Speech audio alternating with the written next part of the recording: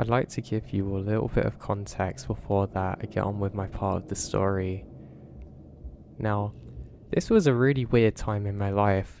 I was in my mid-20s and everything was going really well. I mean, my career was going excellently. It took me a long while to get into this position, but I was really happy for it. And I don't know, everything just seemed like it couldn't get much better.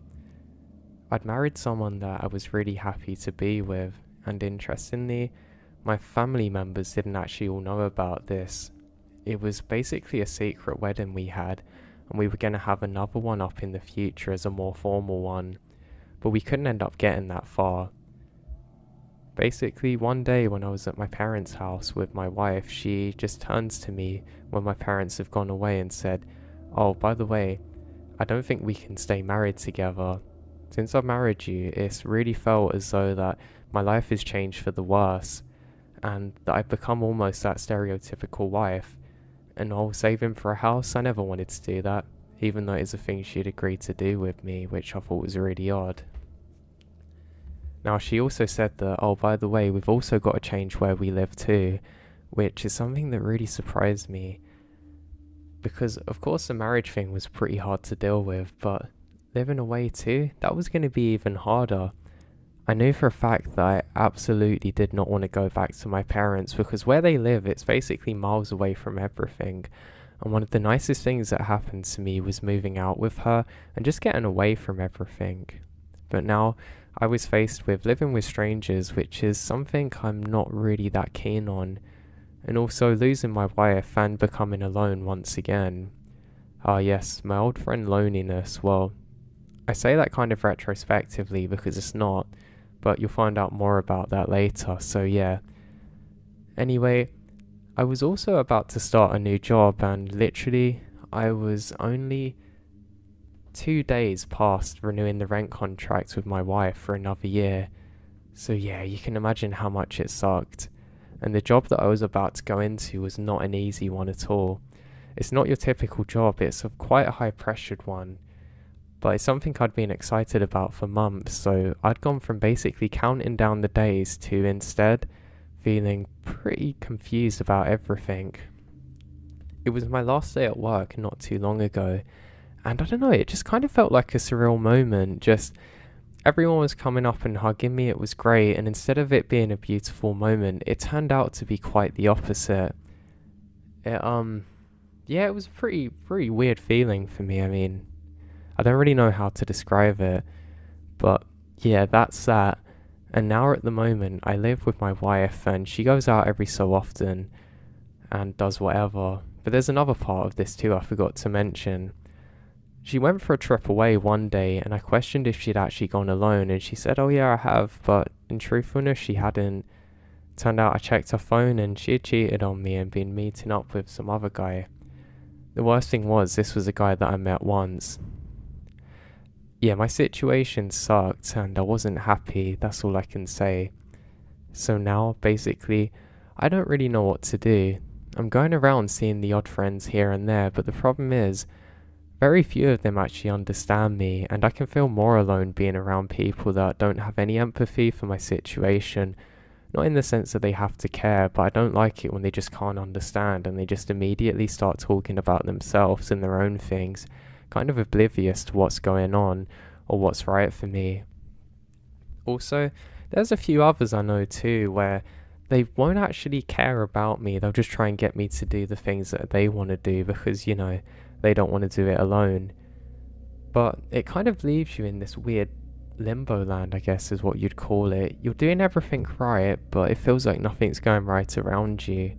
And there's some other things too that are kind of ticking you off. I mean, it's important not to give in to temptations and to stay on the straight and narrow, but my god, does that become difficult sometimes. So that was my predicament which I was in, and I wanted to kind of get away from people. Where I live is in a major city and there's always too many people around. I always have my habit of doing my night walks with my music, but the problem is there's constantly too many people around and I just can't get left alone, it feels like. Even if I'm talking to one of my friends on the phone, there will always be somebody who seems to come up to me asking for directions or something. completely arrogant to the fact that I'm talking to others. So yes, that leaves me with the escape plan. So I want to get back into nature and just get back to where I guess people can't hurt me. Nothing can hurt me really, but I'm being a bit melodramatic here, but you kind of get the point. There is the weaker thoughts and feelings of which are really trying to take over now, but I'm not letting them. I've been down and you can't take me there again. That's my mindset. So I set off on one particular day when I booked the day off work. I actually had the day off planned already to enjoy it. I did think I was going to enjoy it with my wife, or should I say ex-wife, but hey, here I was. So I start walking into the forest at around midday. Things are pretty okay. I'm just basically lost in my thoughts but trying not to be. I usually distract myself with music and whatnot, but this time I decided that I don't really think I should be doing that. I could probably spend my time better just trying to stay in my head and actually retrain my thoughts. Because of course my thoughts are quite negative at the minute and I don't want to fall victim to that. So I decided to go without music or anything. Another thing that I probably should have done is brought more water, but I didn't really think of this at the time. I probably filed for divorce about 4 days ago, and yeah, it was a really weird feeling. The thing I didn't like is the fact that I knew I'm pretty much stuck with this person that I can't stand for at least the next month for the time that I'm getting settled into my new job. And every time I see her, it just reminds me of all the things that I didn't like of which happened. And I'm trying my best to remain civil. I'm trying my best to turn off the savage, the voice that bubbles up in my head every so often, but it was really difficult. And I was kind of failing, like, I don't know, it's a weird lost feeling. I control my breathing though every so often, and I find that this really helps and makes a big difference for me. I'm one of those people where I can make myself win, or I can also make myself lose in my head if I'm not being too careful, so I decided to choose the winner's path. Now, I'm very glad to say that there was nobody around at this particular time. Now, I was trying to take my mind off other things too, like work commitments and other projects I needed to complete before starting the job. I mean, yeah, I could book 4 days off, including the weekend, and not really be able to enjoy it because of work commitments. I was supposed to get a raise soon, but I knew it was going to be difficult for it to come through, but I suppose everybody has those problems, don't they? I remembered when walking I kind of felt a bit fearless, which is something I haven't experienced for a few years. This one, however, was quite pleasant, and it actually come from supreme confidence. I've become an extremely confident person in the last few years, and that always serves me well. It's really weird though, it's almost like I've got most of the jigsaw complete, but not all of it. There always seems to be a piece missing for which I'm trying to put in there, but I never seem to be able to. I seem to be the great philosopher who can see what other people need to do, whereas I'm almost a stranger for myself in terms of advice or at least listening to it. A lot of what I say seems to fall onto deaf ears when I'm talking to myself, and I feel like if my walls can hear me talk, they would tell me just shut up and be quiet. But anyway, I get further and further into my walk and I do feel very sweaty. I'm somebody who does tend to sweat quite a lot. I mean, even at the best of times in winter, I have to be careful about even wearing coats which are too heavy, because very quickly I can start to sweat and just feel horrible. I do have a new special deodorant I can use, but it doesn't really work, but the sweat was bothering me. Not just because of the fact I might smell, but I knew that I'd probably sweat through the deodorant which I was wearing, so obviously it's going to be quite annoying if I still had a lot further to go and I started to sweat. No issues, I just threw my shirt off temporarily. Now as I do this, it does become apparent how many bugs and insects are around, but they never seem to bite me really. Well, at least I think that until I can't stop scratching above my neck. It was a really weird feeling. It was almost like somebody had put something on me, but I couldn't quite take it off. I'm not too worried and just keep going. I'm trying not to wipe the sweat off because I know it helps cool you down. I go further and further into the forest now, and I feel quite comfortable. This is actually in an area that I'm not too familiar with, and I suppose that it served me well.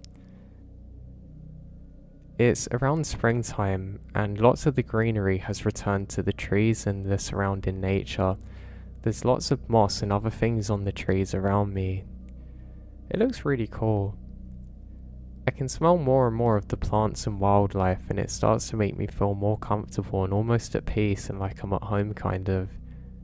Maybe this is it. Maybe this is all I needed to get the clarity in my head. I just had to go for a nice walk and get away from everything. Every so often thoughts of my ex creep into my mind because we used to do little treks like this sometimes, and I'm trying my very best not to let it bother me because it can do so easily.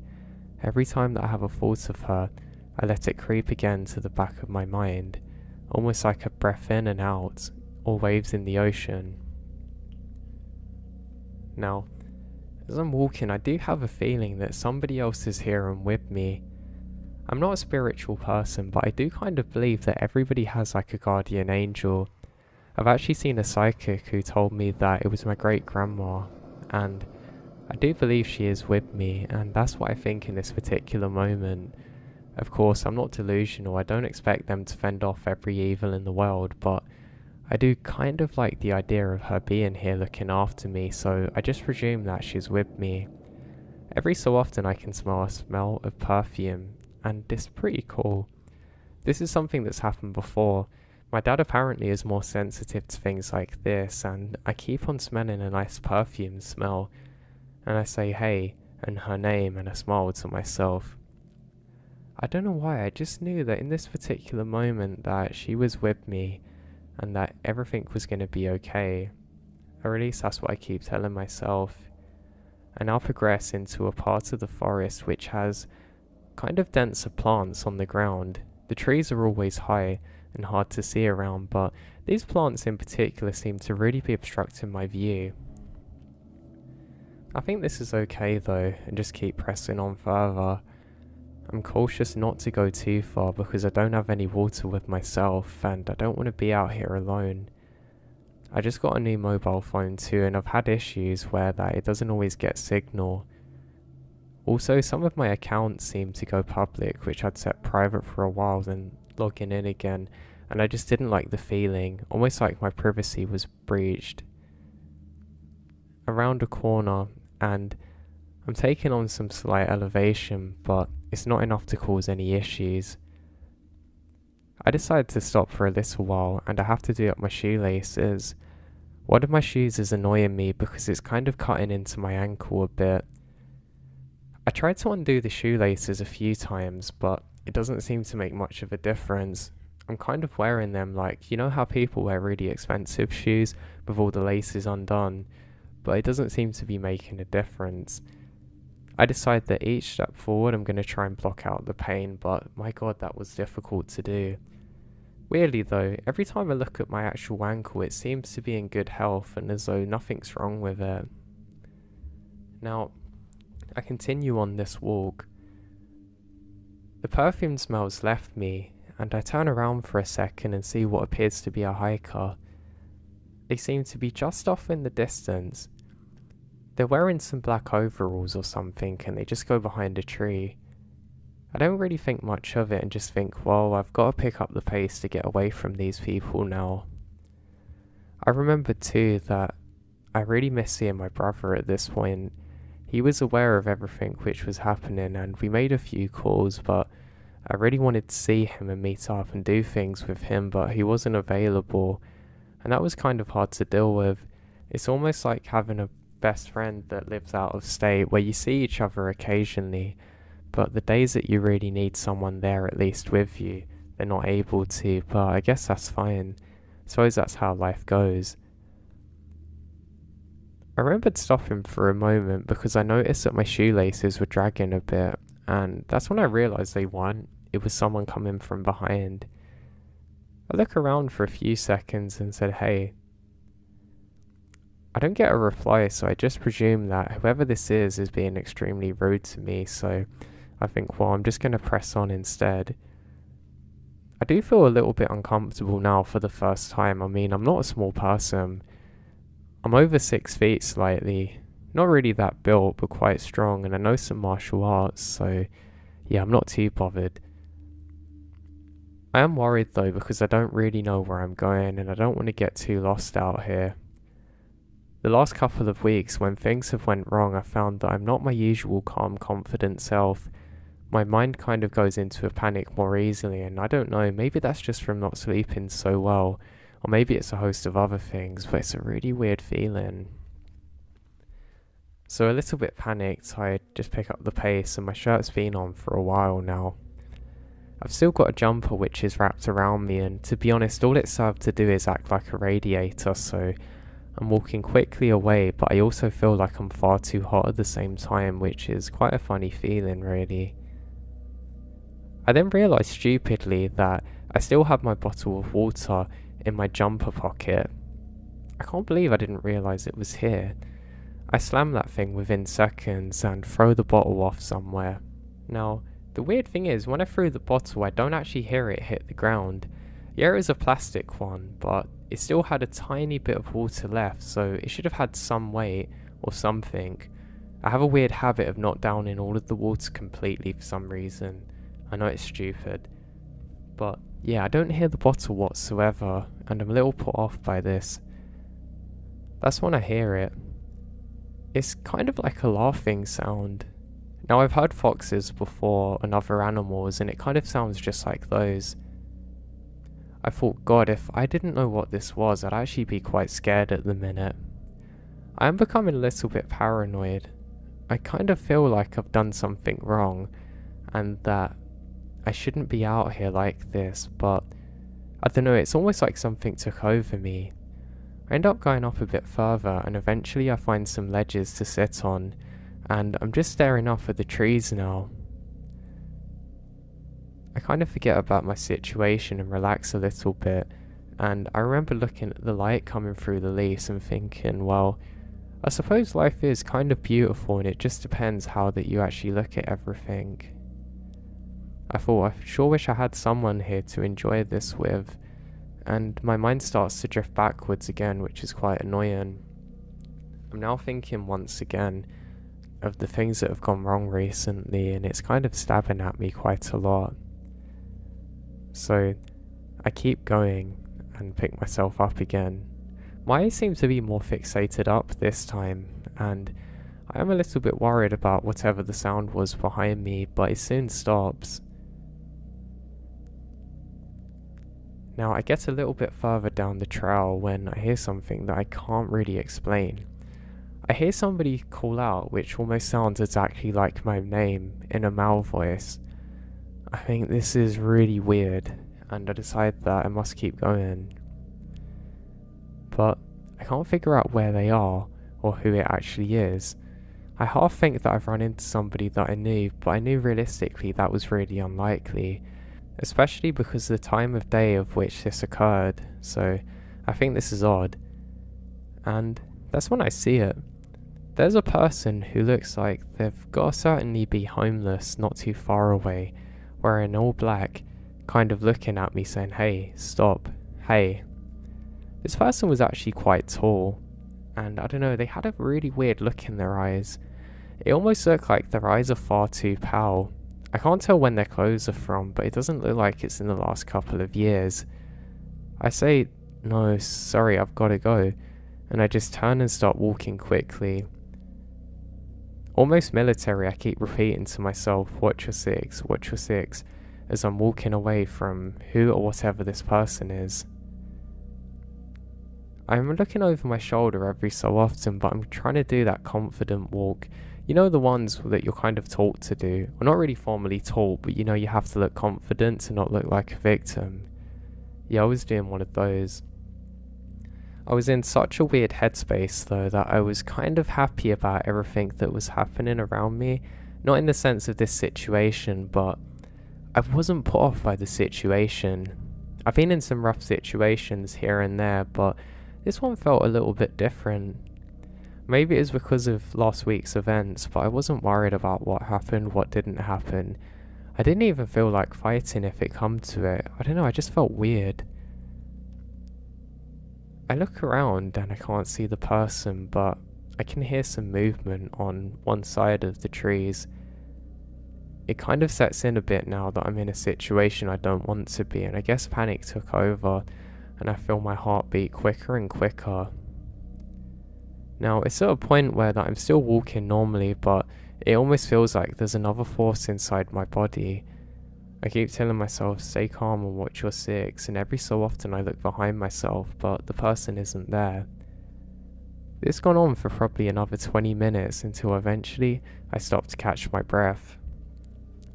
Now, I can continue going on further, but I realise that it's probably going to become dark, and I 100% don't want to be stuck out here with whatever this is. Now, kind of tapping into my bad situation, I become a bit fearless and just turn right around. I kind of march forward a bit like a train. I don't actually know why I did this. Again, I think it was just frustration of my situation and not really being bothered with what was going on anymore. I think, God, if this is really my time, then so be it. I can't be bothered now. And I just start marching forward. I do this for about, let's say 2 or 3 minutes until my adrenaline settles down a bit and I start to feel more tired. I kind of had the feeling like when you run in a dream, but not exactly. I've always had some injury on my leg and it's really annoying. Or not always, probably in the last 5 years, but pretty much whenever I do certain kinds of exercise, my leg can really ache for ages afterwards, and I was a bit frustrated because the feeling comes back. I thought, well, I can probably make it out of here, but I'm probably going to get injured in the process, and again I get more annoyed.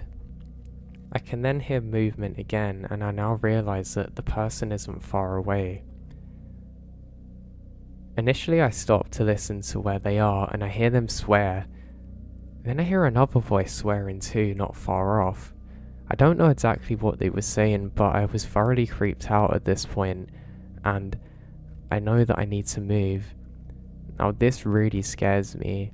I don't know why, it was just something about knowing that there's more than one of these people that unsettled me. I then say, "What do you want from me?" One of them says, "You're gonna give us everything." I don't know what that means, and I say I don't have any money. They say it doesn't matter, and I just scream, "I don't have my card, I don't have anything to give you." I was half tempted to tell them about what was actually going on in my situation, but I decide that the best thing that I can do is just keep going. For some reason I didn't let up and sprint now. I used to actually be really good at running, especially long distances, but since going to the gym I've actually got quite good at sprinting too. I got it from the sports that I used to play, but for whatever reason I just didn't want to do it. Again, I think I was probably far too lost in all of the rubbish from within the week, but I don't sprint. I also stupidly don't look around, I'm just confidently walking away, almost like I'm in control of the situation, but obviously I'm not. That's when I feel it. Something grabs onto the back of my jumper. Within a split second I've turned around, punched something. Turns out that I've missed what I'm trying to punch for, but whatever was holding me let go. I then pick up a full sprint within a few seconds and start screaming out some profanities. There's one particular swear word that I always say really loud, and I suppose that because I've done it so often I've probably trained my vocal cords in it, and I do it in this situation. I ended up sprinting. I'm not sure how long that I was sprinting for, and I don't bother looking back. I keep grabbing little branches and things that are loose and throwing them behind me, hoping to deter whatever's chasing me from doing it. I'm a little bit worried though, because I think, well, a male with my size, again I'm not saying that I'm massive, but I'm not really small, shouldn't be in a situation like this unless that these people have really bad intentions. I've already told them that I don't have any money or anything to give them, so why are they still pursuing me like dogs? Now, I probably jogged and sprinted together for about another 5 minutes before I get really angry. I turn on the spot and scream a swear word once more and say, "Come on then," like I'm ready for them. I don't hear anything now, just silence, and for whatever reason, that was the worst part of the whole situation. It now dawns on me that I'm lost out here, and I have no idea where the people are pursuing me. So yeah, I just turn around and I almost accept everything. Weirdly, parts of my life start flashing through my mind, the good and the bad, and in that moment I felt lots of pride for myself for everything that I'd overcome. I start walking now and pick up the pace. Now, I know for a fact that a branch didn't snag onto me because when I've looked on my jumper, I can see that there's no holes or anything, so it's definitely a person that grabbed me. I lift up my shirt and to my surprise I can actually see a bruise where who or whatever it was had tried to grab on me so hard that it's actually bruised a bit. Now, I ended up power walking for probably another good 10 minutes before I eventually come to roughly where the start of the trail is. Now, I take one last minute to turn around and I scream again and I say, "Come on, swearing." I think an animalistic part of my brain had finally kicked into life, and maybe it was really the fight or flight and the latter come to light. But I did feel scared though a few seconds after that. I eventually make my way a bit further up and I'm able to escape from that forest. It was such a messed up situation. I go to check my phone and of course there's no internet. I think, well, that just sums it up, doesn't it? But then I feel a sense of relief knowing that I'm out of the situation and that I don't have to worry about my phone not having internet when I'm stuck out of there. It was starting to get cold now too, which was actually really annoying. It's actually become so cold that I have to start jogging the rest of the way home, which again was so annoying for me. I could tell that my body was exhausted and I was also trying to gain weight at this time, so I knew I could say goodbye to any weight that I could have gained. Yeah, that's how I was thinking. Nothing was really coming across logically. I did think about reporting this and everything, but the more I thought of it all, I kind of realised that they were probably just homeless people, and that it probably wasn't as bad as it seemed, but I don't know. When I got home, I was faced with my partner again, and I couldn't be bothered to actually talk to her. I kind of explained briefly what had happened, but she just didn't seem to understand. I decided that I should just save the details for myself, and that she kind of didn't deserve to know almost. Now, it wasn't that long ago that this situation happened to me, and I haven't really told anyone about it, to be honest, other than you guys, but I don't know. Let me know what you think it could have been, because to be honest, I really don't know. I love to tell myself that it was probably just homeless people trying to rob me, but the thing is, I have contactless on my phone. I don't carry a bank card. I don't see the point, it's just another thing for me to lose. But I wonder what would have happened if they weren't happy with just taking my phone. Why were they out there? And why were they so quick to get aggressive and try and grab me? Yeah, it was pretty weird. I mean, I like to think that there was nothing too bad from it, but I guess there kind of was. And it does actually worry me a bit that I was so lost up in my head that I didn't consider the situation for which I put myself in, so yeah, I guess if it's kind of like a learning point for other people, just please try and always be aware of your surroundings and the situations which you're entering, because I know when you're emotionally reacting to things, it's easy to lose sight of what's in front of you, but sometimes that can be the most important thing for a variety of reasons.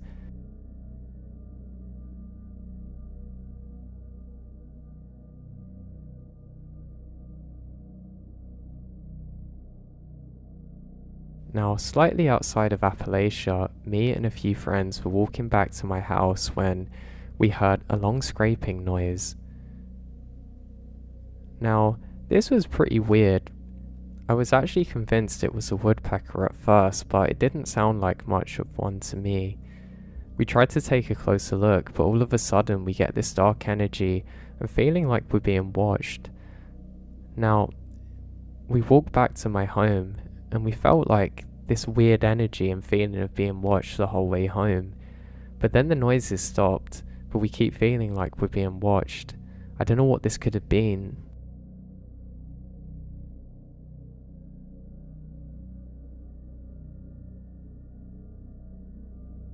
I was tree planting near Smithers, BC, about an hour and a half into the mountains on dirt roads. I tried my best just to forget the incident occurred, as I simply could not find a way to rationalize what happened. and I don't care if people believe me or not. It was almost midnight and I was trying to sleep in my tent. Now, my tent was near a bunch of standing dead trees that would creak when the wind picks up. A very loud and distinct sound happened though. Now on this particular night it was dead silent and still. I started to hear sticks cracking and steps being taken that slowly got closer over the course of about 15 minutes.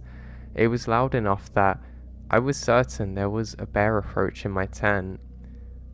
It got so close that it had to be no further than 15 feet away from the tent, crackling sticks and paddling around the forest. I decided to yell out very loudly, and there's silence. I was answered with nothing but silence again. No sound of a creature fleeing or doing anything at all. I sat there completely scared to move, trying to rationalize what I'd heard, but there was no conclusion. After about 20 minutes of dead silence, I hear the eeriest, most unnatural, unexplainable noise that I've ever heard. It was the exact same timbre and volume and just basically the same sound as the trees outside were creaking. But instead of a regular creak, it began, then held the same note for 5 seconds or longer. It sounded like an unnatural drone that was obviously not a tree. That was not a hint of wind or any other things that could have possibly made this. I got barely any sleep the next day and just had to forget about it. I didn't ever make the connection that skinwalkers are known to make sounds like this until a few weeks ago. This happened in July of last year. I wonder if anybody else has had anything similar happen to them.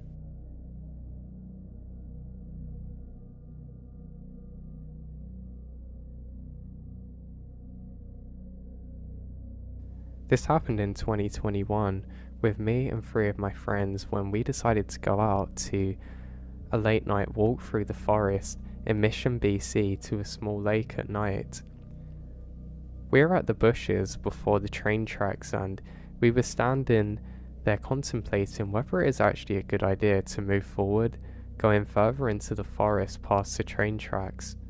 For some reason we stood there and 2 of my friends felt uncomfortable that they're actually going anywhere. And I, on the other hand, with my other friend, are feeling rather adventurous, but eventually we all decide to walk.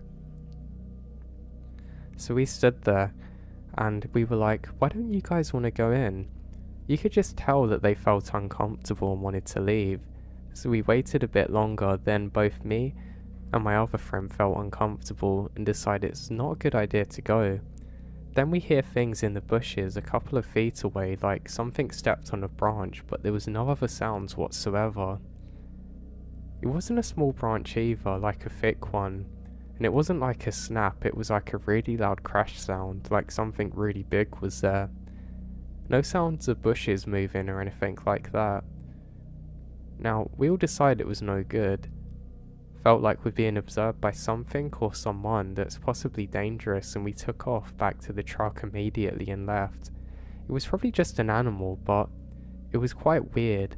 Also, the potential of being stalked out there is pretty scary, especially because there's a group of us and whatever this is wasn't scared. That's the weird part for me.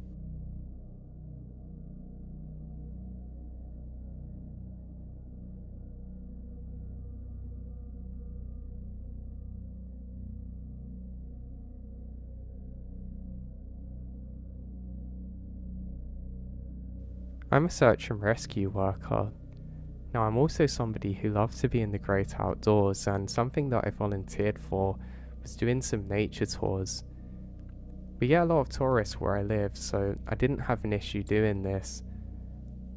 Where I live it's very popular even during the winter months, so it meant often that tourists would need some guidance and just you had to make sure they didn't get lost basically.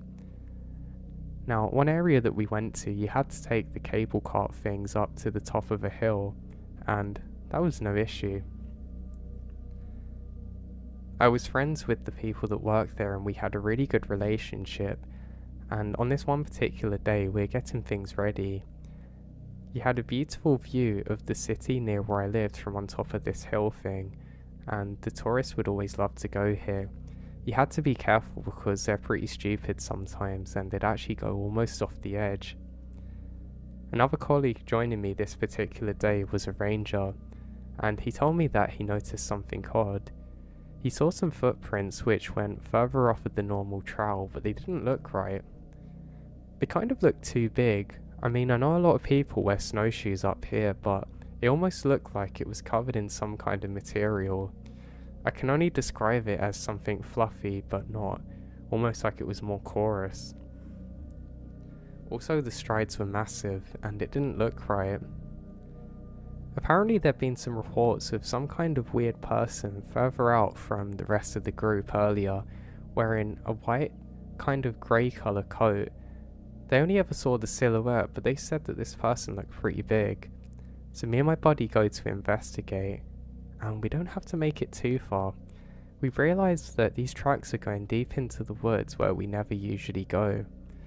And after about 5 minutes of following them, we notice that there's a really bad smell around here, almost like somebody or something had died. I start to panic a little bit, but I feel reassured by the fact that my friend is literally right next to me, and he's had more experience being a ranger than I have a search and rescue worker. Now that was when I saw it. I locked eyes with I don't know what. Now these eyes were probably about 7 or 8 inches apart, and they're a good 8 feet or so above the ground. I can only describe what appeared to be a Halloween mask, but something with orange glowing eyes was staring at me, and I didn't have to tell my friend about what I was seeing as he saw it too. I locked eyes with whatever this is for probably about 10 seconds before I heard the most deep growl that I've ever heard in my life. The next thing I knew, my ranger buddy grabbed my hand and we're hiking back in the opposite direction that we come from, constantly looking over our shoulders.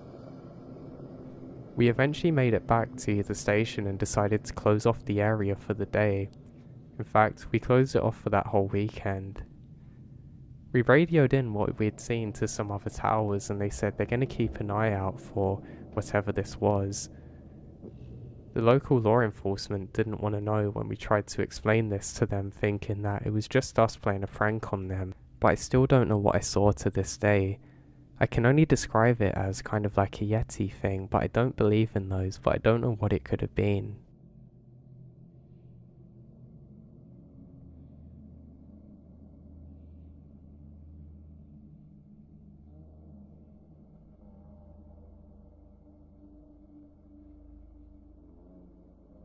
I'd probably spent too long out in the woods because I'd become incredibly comfortable out there. Every so often, I'd hear or see something that I couldn't explain, but it never really unsettled me. Now, I really had a knack for being out in the winter. I don't know why, I just really liked it. There was something about being out and the added silence that really was something I found peaceful. What made it all the better was the fact that I had a beautiful house that my family owned that was surrounded by miles and miles of forests. Now this house was quite some ways up a hill, and it was somewhere that I loved going to. It wasn't necessarily modern and you actually had to use a stove fire, I think that's what you call it, to stay warm. We'd even use candles sometimes to stay warm up there. Now I remembered when I was a bit younger something weird that happened. Now I'm going to have to tell you this from my dad's perspective because I don't really remember it clear enough, but this is what my dad said happened. So we're staying up there during one winter, just because the place is so beautiful, and to try and have a nice family holiday. I was working really hard at the time and I needed the break and clearness, so we headed up there. The first couple of days were absolutely beautiful, and it gets to Christmas Eve. We have all of the presents set up and a really nice Christmas tree, and this is a real one, not like the modern ones. We even have the fire going and it's really peaceful. My 2 kids at the time were really excited to see Santa Claus. There's my son and my daughter.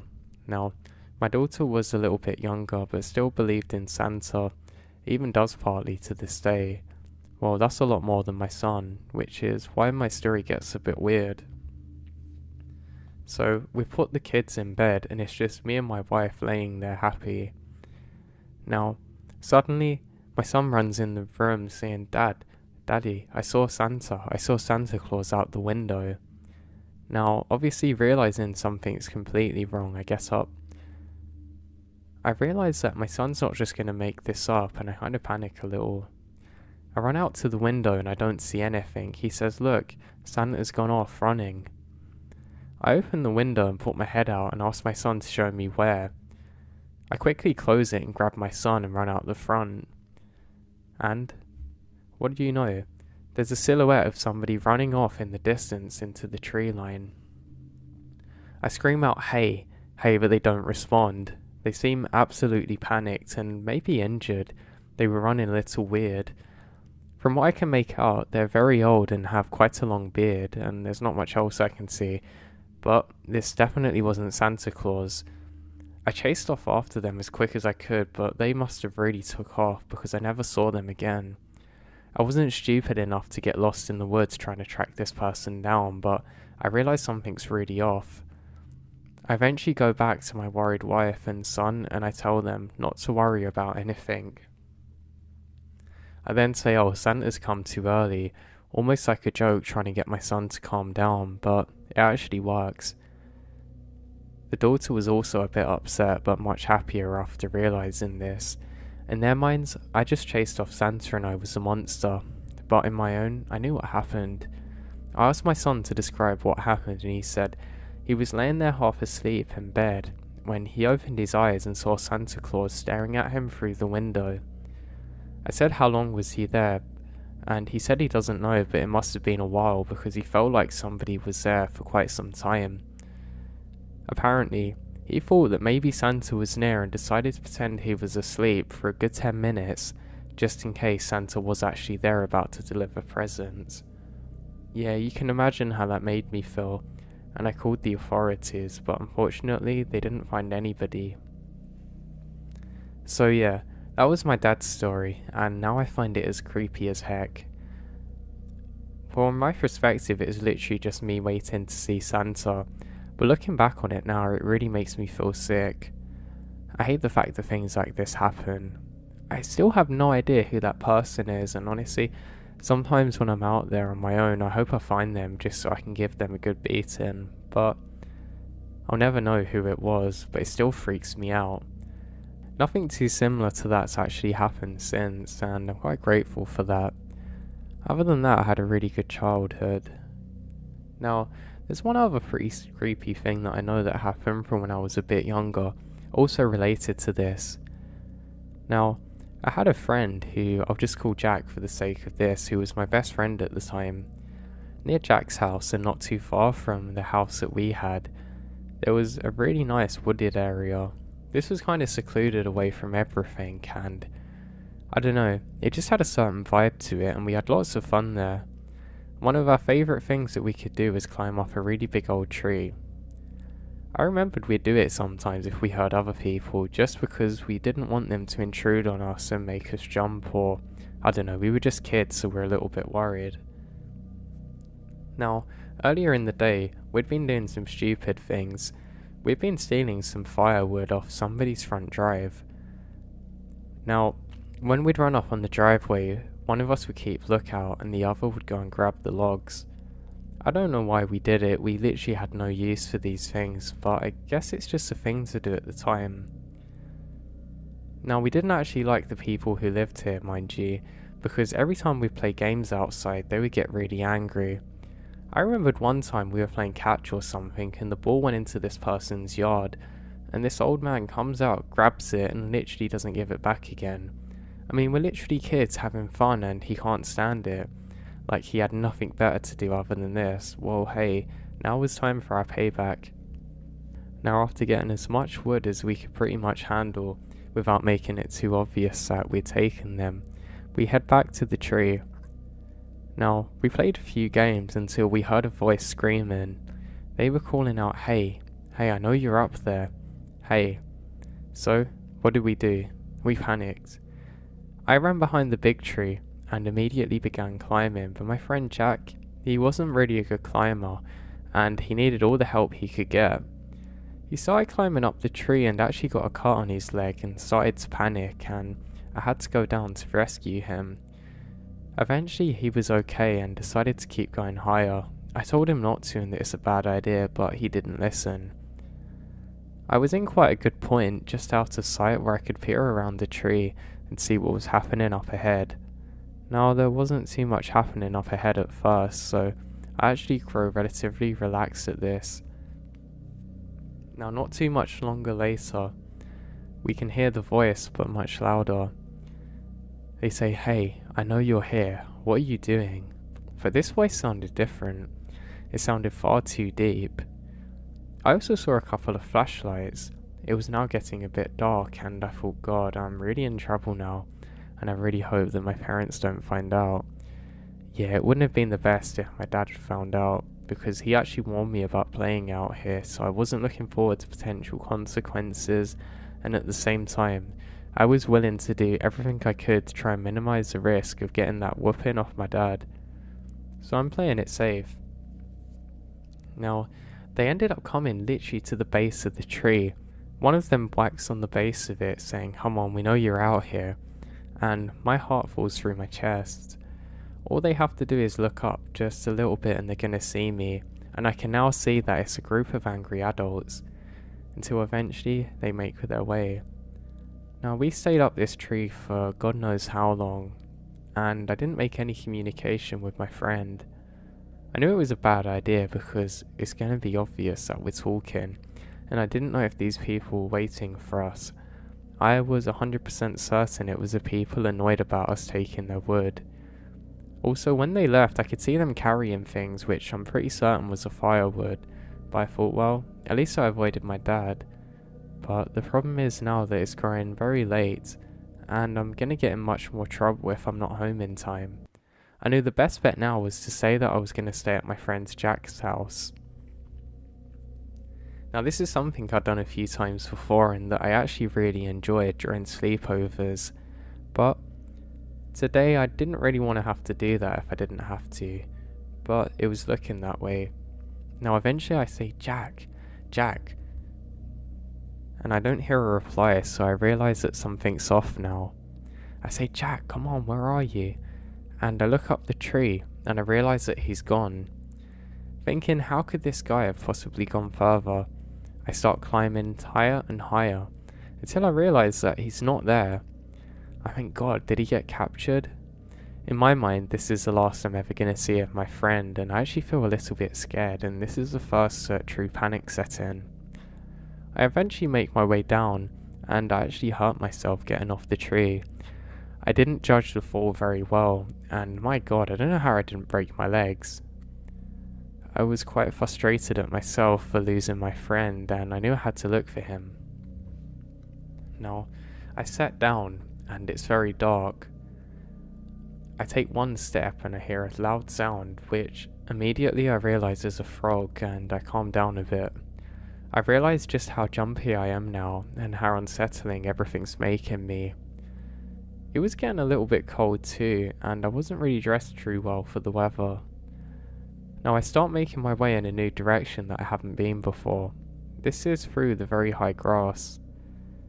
Now, I make it quite a long way along here, saying, "Jack, Jack, where are you? Jack, I need you now. We have to go." Now, the last thing that I wanted to do was go out of here without my friend, but I really don't feel like I have much of an option now. I think, God, why couldn't we have just done something normal, and kind of cussed myself out for a bit. I continue walking, wading further and further through this tall grassy stuff until eventually I hear someone whistle. I drop down really quickly and turn back to see what it is. Now, initially I see somebody waving, but because of the fear, I can't really see clear and it takes a second for my eyes to adjust. Then I realise it's Jack in the tree. He says, "Hey, it's clear." I say, "Jack, for God's sake, how did you go up there? I was just there." And he said, "Hey, look, I come down, just come back quick. Don't move another inch forward." And I don't. I then start coming back the way that I went, and I realise that it's quite soggy ground around here. Now, I didn't realise how much ground I'd covered because it takes me quite a long time to end up catching up with my friend again. He says, "Hey, come here, no seriously," and I kind of think that I'm in danger again, so I start up the tree. I eventually make it to where my friend is and I say, "Where did you go?" And he says that he couldn't hear from me and he was worried that they had done something and couldn't spot me where I was, so he climbed down as quietly as he could and searched the area, then come back again. I tell him my perspective and he says, "I don't know how we didn't see each other," and I agree. He then says, "Look, I need you to come up here." I'm a little hesitant because I don't want to climb up the tree anymore because it looks dangerous, but he offers to go down, giving me enough space to get up there appropriately and safely. I do that, and eventually make it to almost at the top. As I do so, a large part of the tree falls down and makes a really loud sound, and I'm clung there. I don't want to move any further up now because it's not stable, so instead, I just look around.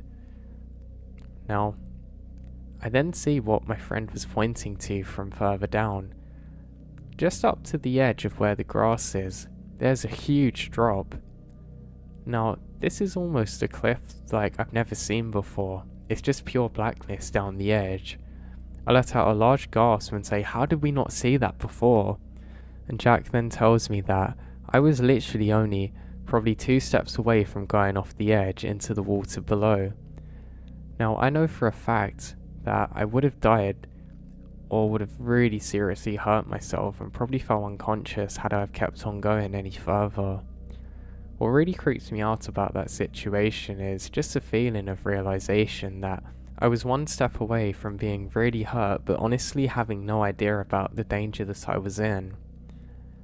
I was really mad at myself, like honestly, but eventually we both make it down again safely, and we decided to go and check how much of the wood they've actually taken back. Jack and I then half joke about actually taking it back again, but we decided to leave it for another time. Now weirdly, we get to the exact spot where the wood should be and it does look different. We have a look around until eventually we find the pile. Now weirdly it was exactly where we'd left it before, but also there was an old busted out computer now next to it. You could see that somebody really had a go at it with a hammer, which we thought was pretty bizarre. We then realised that this is probably what the group of guys were after that we saw earlier, and we suddenly realised that it wasn't the old person that we didn't like or his friends trying to get the wood back, and that gave us chills.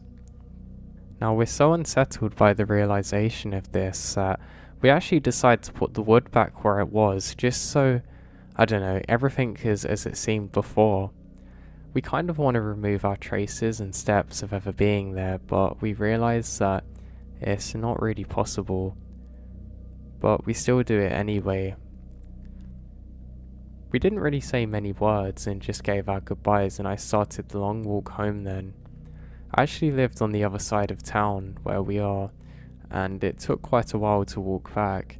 Now I can tell you that that walk back was one of the most scary of my life. I was constantly looking around, half expecting them to find me again, and I was actually planning escape routes in case that happened. There was 2 ways that I could go back. One was through a main road and the other was near a big hill, and I decided to go through the big hill. It's just a bit more of a stealthy option and it just made me feel safer, and safety is really important at this time. I eventually made my way back home and I get berated off my parents for coming home so late. I say I'm really sorry and that I was going to sleep over at Jack's house, but I forgot our number to inform my mum and dad, and I got banned from going out to sleepovers or going to see Jack for a number of months, and that was quite frustrating. But I guess it was kind of the best situation out of what had happened, because I don't know who those guys were out there, or what they were doing with the computer, or who they were looking for, but the whole situation just seems messed up. I'm just glad, like really glad that I didn't fall. And another side note thinking of it is if I had fell not expecting to fall, I probably would have especially got hurt because I wouldn't have been able to brace myself whatsoever. You know, if something falls on you and you don't see it, it hurts so much more. Yeah, just like that. Now, those are probably the most creepy experiences I had during my childhood. Now, I have to bring you to one much closer. Now, this happened around 2 years ago, and it's something that I still think about to this day. Now, there's a few different cave systems near where this house is, and they're ones that I often didn't explore. Now, there's obviously good reasons for this because it can be incredibly dangerous, but I don't know, it can kind of be enticing sometimes. And one time that I was staying off at the house on my own, I decided to go and investigate. Now, it was my fault for not having enough of a structure and kind of losing focus on what was actually important in life, and I thought, hey, why don't I go and explore a cave that I know is kind of creepy and might be an interesting thing and give me something to talk about. And yeah, I got those things, but not how I wanted. So I set off one morning. It was pretty cold out and there was actually snow everywhere still at this point.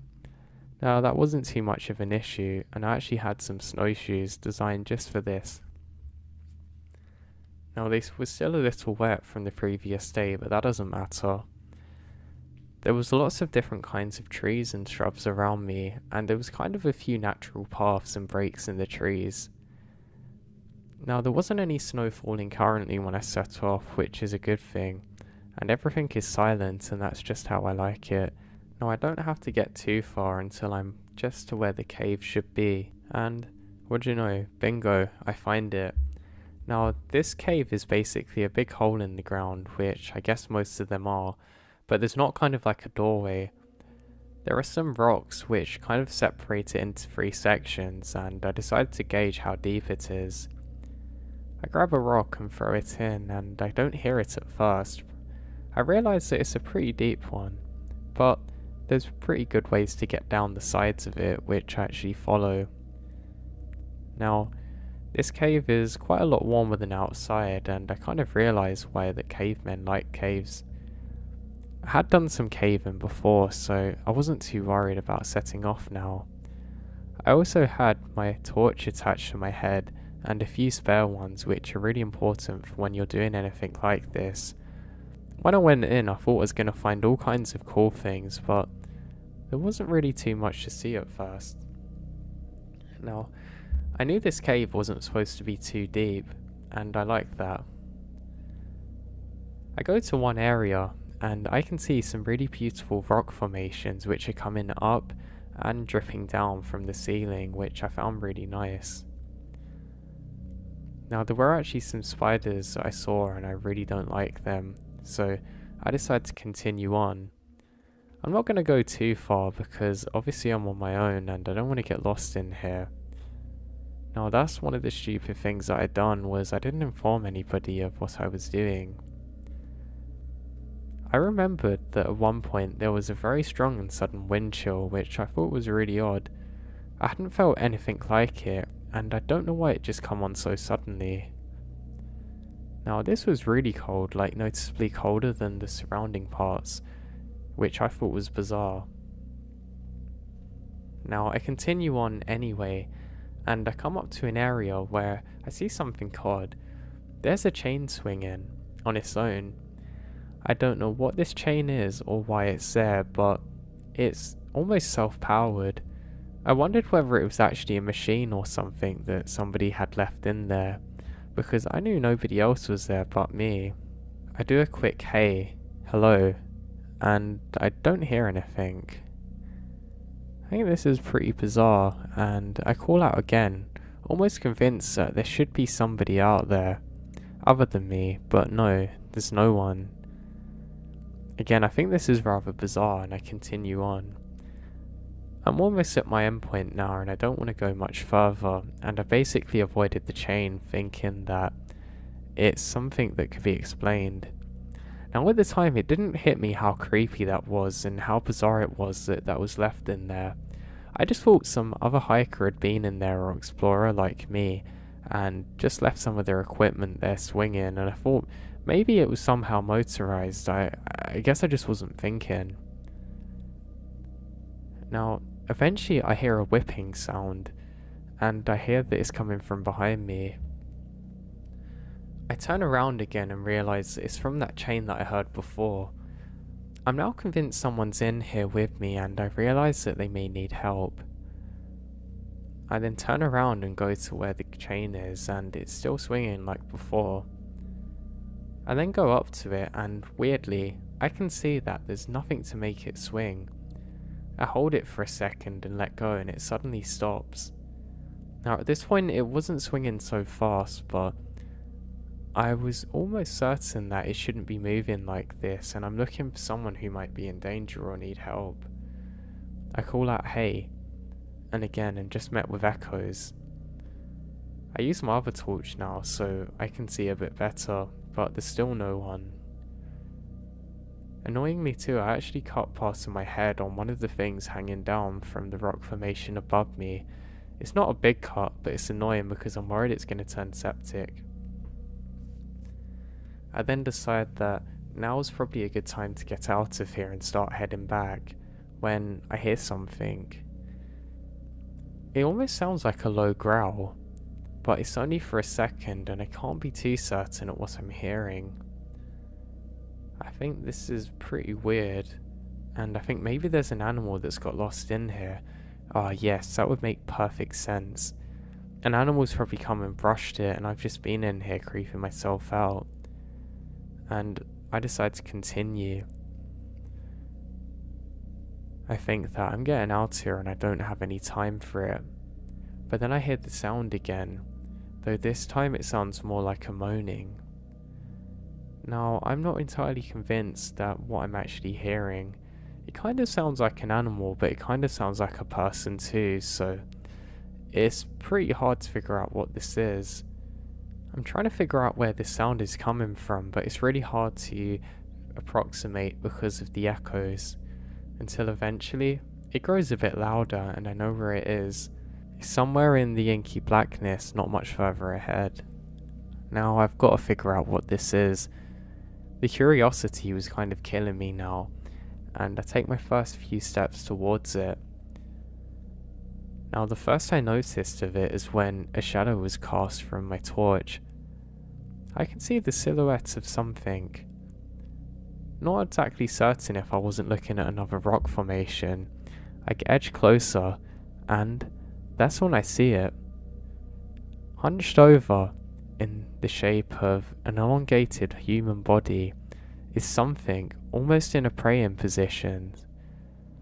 I look up and lock eyes with whatever this thing is, and I see some piercing dark red glowing back at me as my flashlight illuminates whatever this thing is.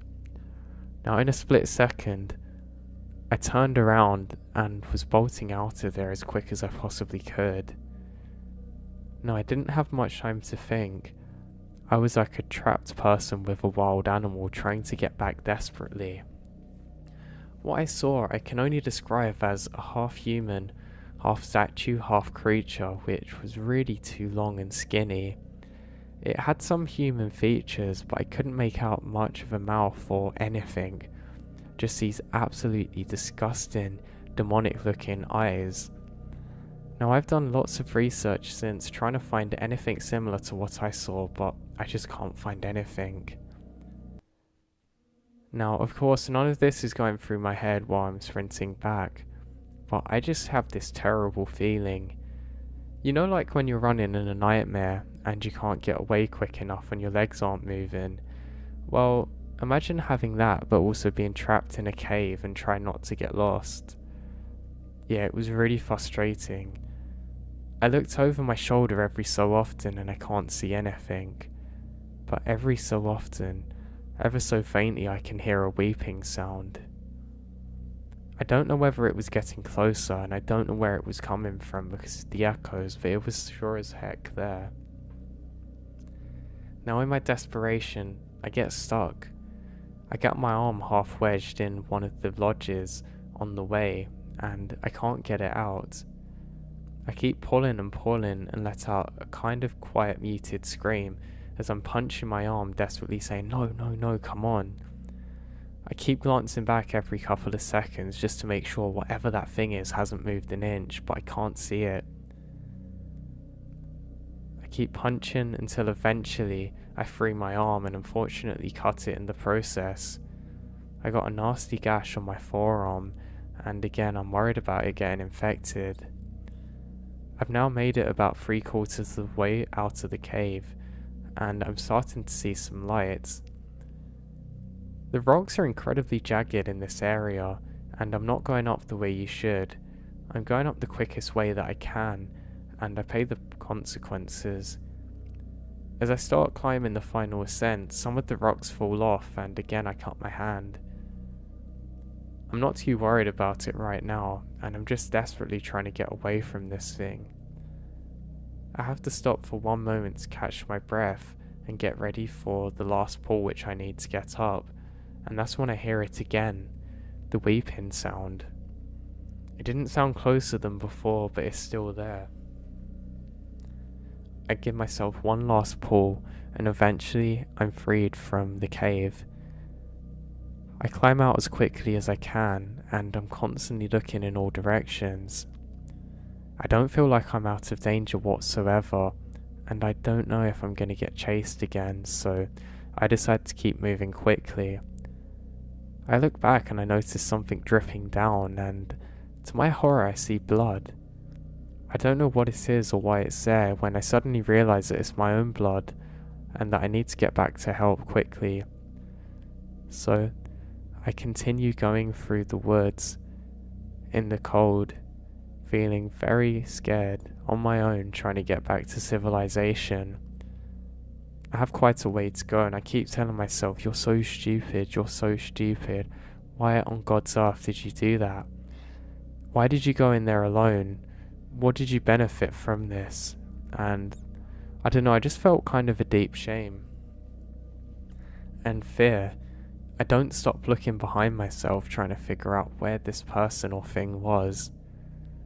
Now, I eventually make it back to the house, and I manage to patch myself up not long before I get into my truck and drive over to the hospital.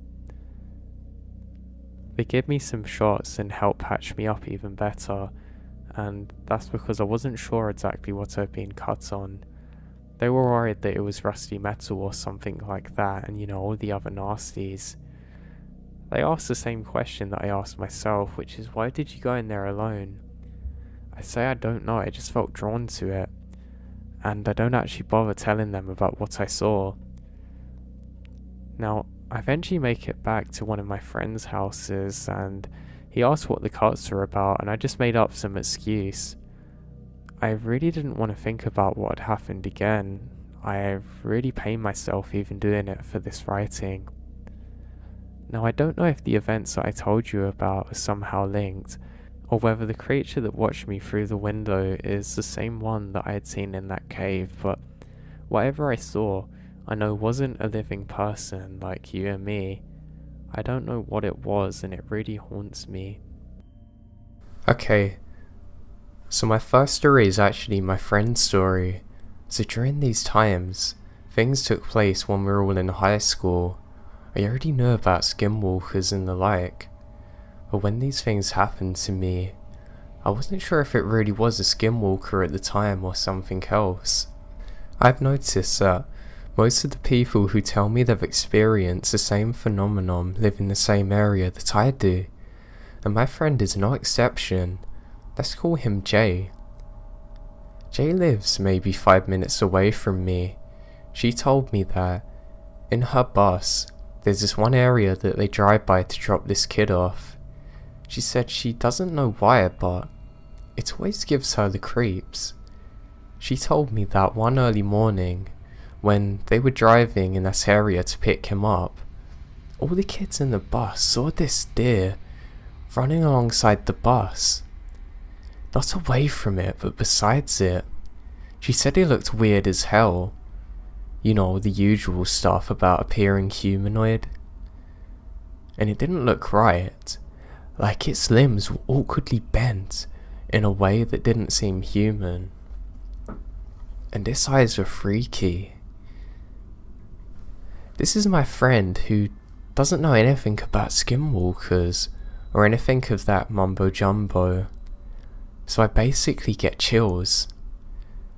I tried being reasonable though, because maybe she just saw a regular deer, and since it was dark out, she just got confused because it's Florida. We're not supposed to get that kind of thing down here. However, Jay swore up and down that it was not a normal deer. She said they all saw it and the bus driver slowed down to get a better look because everyone was weirded out by it, and it was basically something they've never seen before.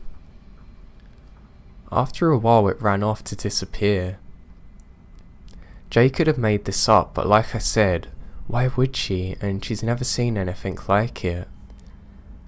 So anyway, I get freaked out because here I am knowing about this freaking skinwalker, and my friend is literally clueless, thinking it's just a regular weird animal and she's just had a weird experience. Oh god. I ask her, do you even know what skinwalkers are? She just looked at me and said, what's that? I googled it and showed her the descriptions of skinwalkers, and she said, that's what I saw, but it had the head of a deer. She kept on saying it didn't look human or like an animal. After a while too, the kid from that bus stop didn't come back. Although that doesn't necessarily have anything to do with this, I just thought it was weird. So we were freaking out together, because what she said reminded me about what I heard at night, about it not being animal or human. See, a couple of years back before she told me the story, I found myself one night sitting in my backyard like really early, maybe 3 in the morning or so, because I was thinking about things due to personal reasons. Now I'm kind of just chilling and enjoying the silence when all of a sudden I hear this really freaky echoing scream from far away. The only way I can describe it as though that a woman and a cat were trapped together inside of a bag screaming like they're getting murdered. I know mountain lions, foxes and owls are a thing, and they make the weirdest calls, but I looked up that stuff and it's just not the same. Like usually, you wouldn't be able to tell if it's an animal, right? It's just common sense, like my friend said. But that don't sound like animal or human. It sounded really unnatural and weird.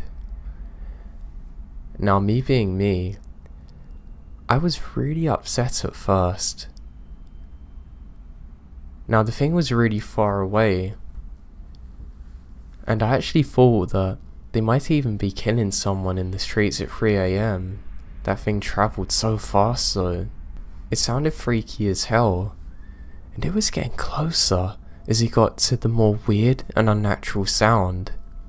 It only took me a couple of seconds to realise that this isn't a woman and this ain't a cat. Because while this was going down, I was going through it in my head like, what the hell is that thing?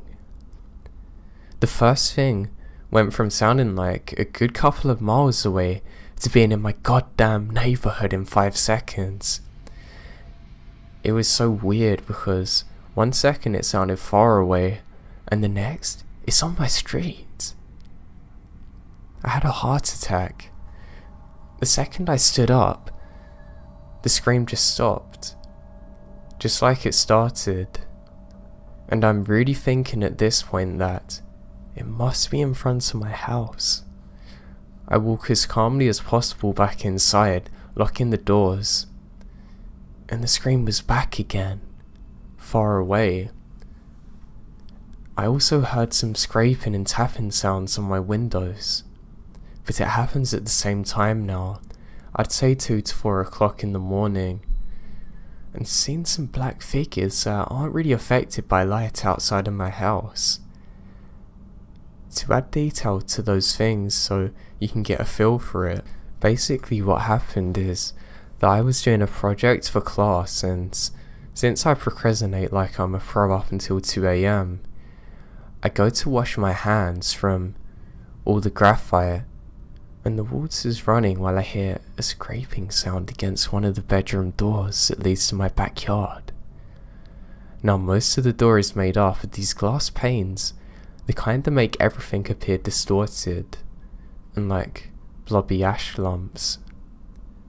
But then I see something pointy, dark against the window, almost looking ghost-like.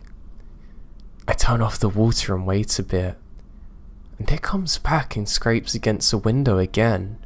I'm not trying to freak out, but my hands are shaking. It's stupid, but I actually whisper, "What are you doing?" while my voice trembled, and it stopped. I stop, and I don't hear anything except for what sounded like somebody walking by the window to the house every now and then. It continued that way for some nights too. Off and on, I would be hearing footsteps by my window, and even a tap on the window. Sometimes I ignored them, and other times I look out to see who's there, but I never see anyone. Another night I'd been outside in my backyard again, after having a rough day. It was maybe 3 or so AM in the morning. I'm sitting outside on the trampoline relaxing. I suddenly notice it's quiet, like kind of an uneasy silence that feels like a vacuum. I get this feeling of dread like I'm being watched, and I snap my head to the left and catch a glimpse of a humanoid dark figure under the side of my fence immediately. I'm a little freaked out because I notice that this thing is pure black. The streetlight hits it, but didn't do anything at all. It almost looked cartoony, if that makes any sense, because it's like the laws of physics don't apply to this thing. See, the reason I'm ranting about this is that I told both my friends my own story in psychology class at the same time. A lot of kids there live around my area. I mean like 5 to 15 max away.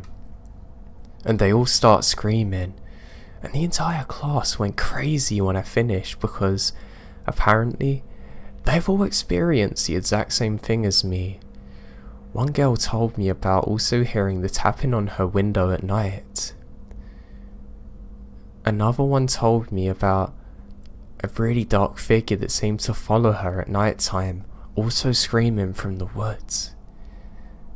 Pretty much everyone's heard the screaming. It sounded the same, but that's the thing. In completely different time frames. That's the weird part because everyone's voice sounds different. So how could she describe the same thing I did? You know, like, if people were really killing each other out there, none of us thought it was an animal either. We all agreed from that point our town is pretty haunted, but I don't know. I mean, if there's any animal that sounded like that, I want to know, because that didn't sound like anything I've ever heard before. I want to be enlightened, I want it to be something normal, but I just don't think it can be. The only person I heard of who's seen anything remotely specific is my friend's best friend from art school who went on the bus, and apparently, like, it's really bad to talk about skinwalkers, and even worse, if you see them, it's like bad mojo. These things are said to be able to travel very quickly, so thinking about that made it seem like we experienced a skinwalker. Okay, so I had this saved in my notes for a while, but today I just asked my co-worker, who was also my friend in high school who lives nearby. He got all spooked and said that he's heard and seen the same things, but he's very spiritual and often has visions. He told me that he believes they're doing dark magic in the woods because of a dream he had about some hooded up group sacrificing a woman and a cat. Which is freaky because it also turns out that behind our local dog park, there's a patch of woods with dodgy stuff going down there. I was shown this by an acquaintance during my freshman year who lives a couple of streets away. Down the path in the woods, after some time of walking, there's this huge cross smack bang in the middle of nowhere. It's basically raw, some crooked old nails struck together with a rope hanging from where you'd put your hands to be crucified. It's huge too, and whenever I decide to check it out, I have this horrible feeling like I don't want to be there or something bad's gonna happen. Anyway, he says I'm not the first person that he knows has told him about experiencing these things.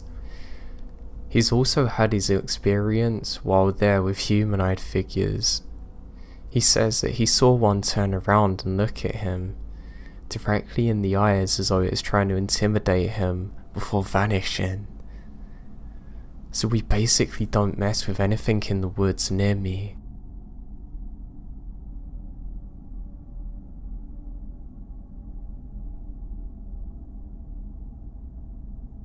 My father died about 5 years ago, unexpectedly from a heart attack. To say it was hard on my mother would be an understatement. Our old house in Knoxville just didn't feel the same anymore, and about a year later, my mum and I made plans to take ourselves and an elderly dog, Ace, to move further south to a small town situated about half an hour from Atlanta. Just a few days before we slated to move, I had one of the most vivid dreams I've ever come to experience. All that was within my dream was my bedroom, a picture-perfect recreation of the real thing. I sometimes wonder if it was a sleep paralysis. To further add to the dream's realism, in the middle of the night, the street lights come on across the street that illuminate my window, creating a reflection on the wall perpendicular. In my dream, as I lay there, staring at the exact reflection on the wall, I saw an orb of smoke fade in from the shadows. Goosebumps chill across my skin as I lay there panicked, afraid to move a muscle. Suddenly it stopped moving and steadily hung in the light's reflection as though staring at me. Without a warning, it spoke to me in my dad's voice. "I'm sending something to watch you." Despite hearing my father's voice from the orb, I'm terrified, and I don't know why. "What?" I whisper. The orb remains silent, leaving an eerily dead silence in the voice. "Damn, black." I woke up almost instantaneously. I'm gasping for breath now. The nightmare had chilled me to my core. I didn't know exactly what to make of it, especially the final words. I chalked it up to my dad wishing well on us maybe, but I couldn't shake the feeling.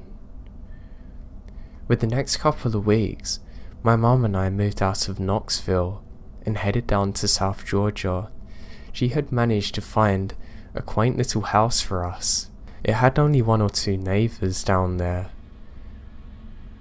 and it's down the middle of a long gravel road in the middle of the woods. Nice for us. Probably the best reliever of all my stresses came with the move, however, was our neighbour's cat. She was a petite, older black cat that gravitated towards me almost instantly, and I treated her as though she's my own. I left out a can of food once or twice a week for her. Even if I didn't call out for her, when she saw me outside, she'd run up to me, helping ease my tensions. Less than a month into our new house, I suddenly awoken to a faint coughing that sounded like it was coming from downstairs. The important thing to know about our dog is that he has a collapsed trachea. He needs medicine to calm the condition down. So I'm used to walking up in the middle of the night to get his medicine. I proceed downstairs from my bedroom to give him his cough medicine, but I couldn't find him anywhere through the house. He wasn't in his bed sleeping, and he wasn't in the kitchen. I mean, literally nowhere to be found. I didn't check my mum's room, however, as I didn't want to wake her up. Besides, I wouldn't have heard the coffin if he had been in there anyway, so I just let it be. That's when I heard the coffin again, but it was coming from further away. It's outside now. I look over to the side door patio leading to the woodlands, and realised I'd forgotten to shut it. There it stood, slightly ajar. He got out. I immediately ran outside with a flashlight and started calling out for my dog. Ace! Ace! I shouted out into the neighbouring woods. I heard another cough and shined my light in its direction. That time, it had echoed from down the gravel road. I swear, a path had never looked so terrifyingly desolate before in my life. I stared down that long gravel road that led us to our new home, but in that moment, I thought my dog was lost, and chalk it up to the new house jitters. I go, Ace, come on, pressing on. But then I heard it, the cough I'd been following, almost right beside me, but this time, it didn't stay a dry cough like it had been before. Instead, it slowly descended into a low growl. I shined my light towards the sound. There stood a bright red fox in the middle of the path. For a moment, I figure it's the fox that I'd mistaken for my dog. The whole time, as I was processing what I was seeing, it stared directly at me, its eyes glowing. However, our stare was broke when it tilted its head to the right, looking down, and there was our neighbour's little black cat staring beside me. However, it had completely changed its persona, no longer happy, affectionate, not the cat I knew. Instead, it arched its back upright, every fibre of her hair standing uneasily, uttering the lowest growl I've ever heard from a feline. In that moment, I figured she's just scared of the fox, so I knelt down beside her in a bid to coax her away and avoid fox hunting her. But no matter how many times I tried to coax her out of fight mode, she wouldn't. That's when I looked towards the direction of the fox once more, but there wasn't a fox anymore. Instead, in the exact same spot of the gravel road, was a walking, rotten corpse of a coyote roadkill, slowly moving towards me. It took a step back. I'm absolutely mortified of what I'm seeing. Its jaws hanging loose, eyes are blood-stained, wobbling now. I've rubbed my eyes in disbelief, hoping I'm imagining it. But it was there, and it was real. And despite what was in front of us, the black cat just kept on growling at me. Suddenly, it stopped. The creature had ceased its walk towards me. For a moment, it just stood there, glancing back and forth between myself and this little black cat that was trying to defend me, I now realise. That's when I mistakenly heard this beast mutter two words almost. Damn black. In a flash, the creature ran straight into the woods. I shined my flashlight in its direction, but it's completely vanished. Even the brush it came from looked untouched. That's when the cat standing behind me calmed herself down.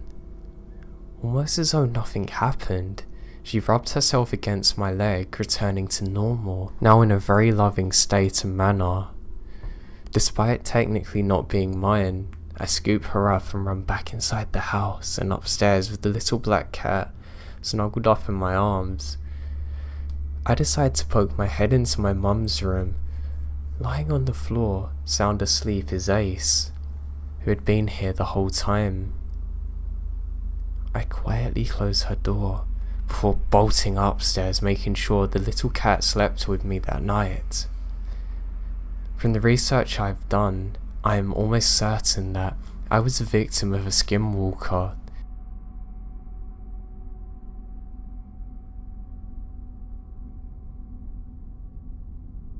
Okay, I posted a skinwalker encounter yesterday. I found it helped me, getting it off my chest and out into the open.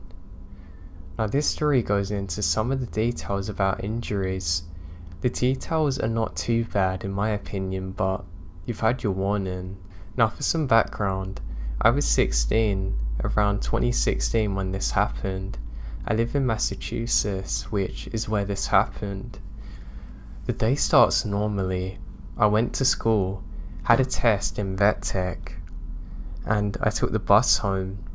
Both my parents were at work like normal, but after 3 hours when my mum should have been home, I got worried. Around 5 PM, I got a phone call from my dad who told me that my mum's in a car accident and they're both in the hospital and they're gonna be there for a while. It got very late, almost 10, and my parents weren't home, so I decided to put my younger brothers to bed. I stayed up waiting for my parents to get home. I spent my time reading and writing an essay for school until around 1 in the morning. I got a call from my dad who said that he wasn't coming home.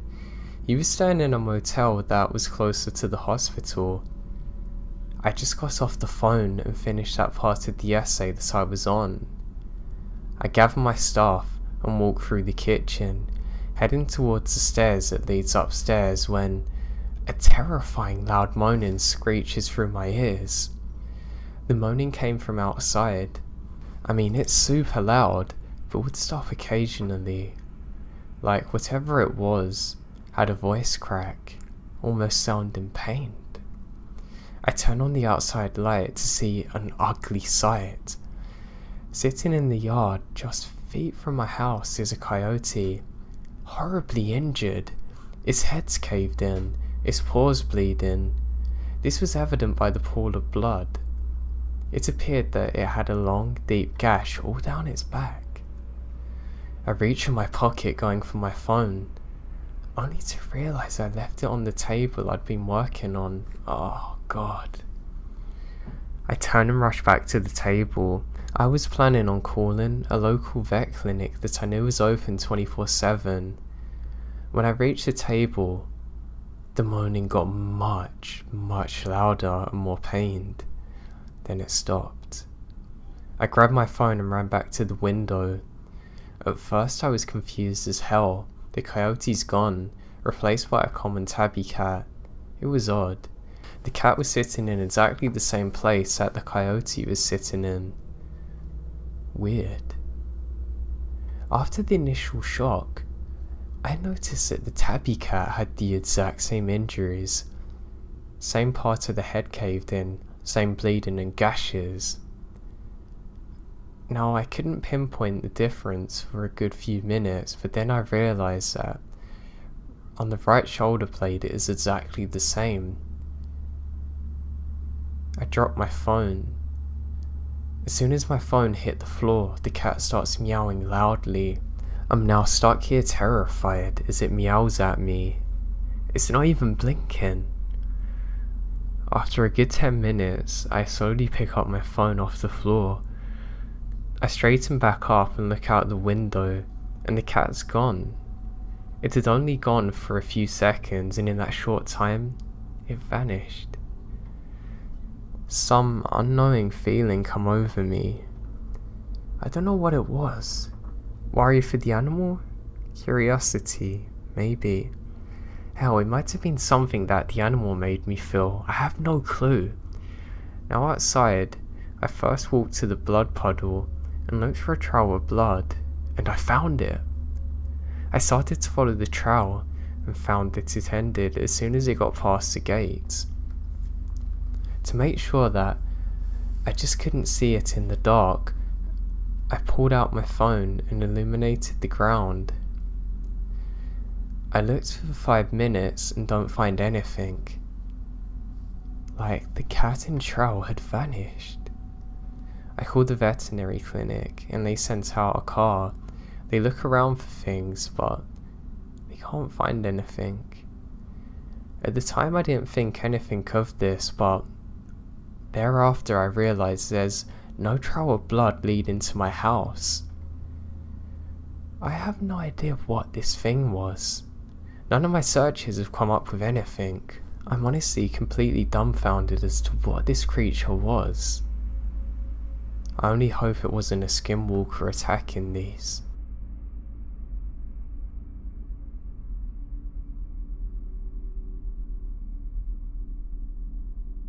My wife and I were driving through the northern part of Arizona on Highway 89 between Flagstaff and Page. It's about 1 AM, as we're on the third shift at the time and often drove at night to avoid traffic. I saw a few set of eyes glowing in my headlights a little ways up the road, so I let off the gas, slowing down to avoid hitting an animal in the road. When we drove by, we see several dogs or coyotes on the side of the road, and I hit the gas and drove by.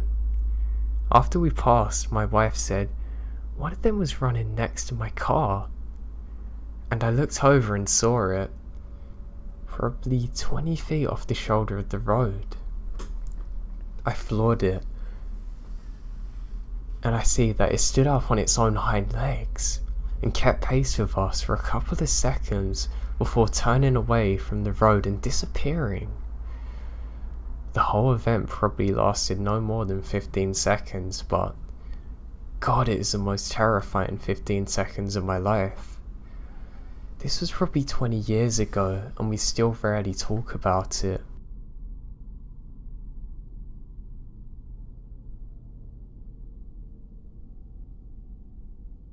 We live in a rural community on the Navajo reservation.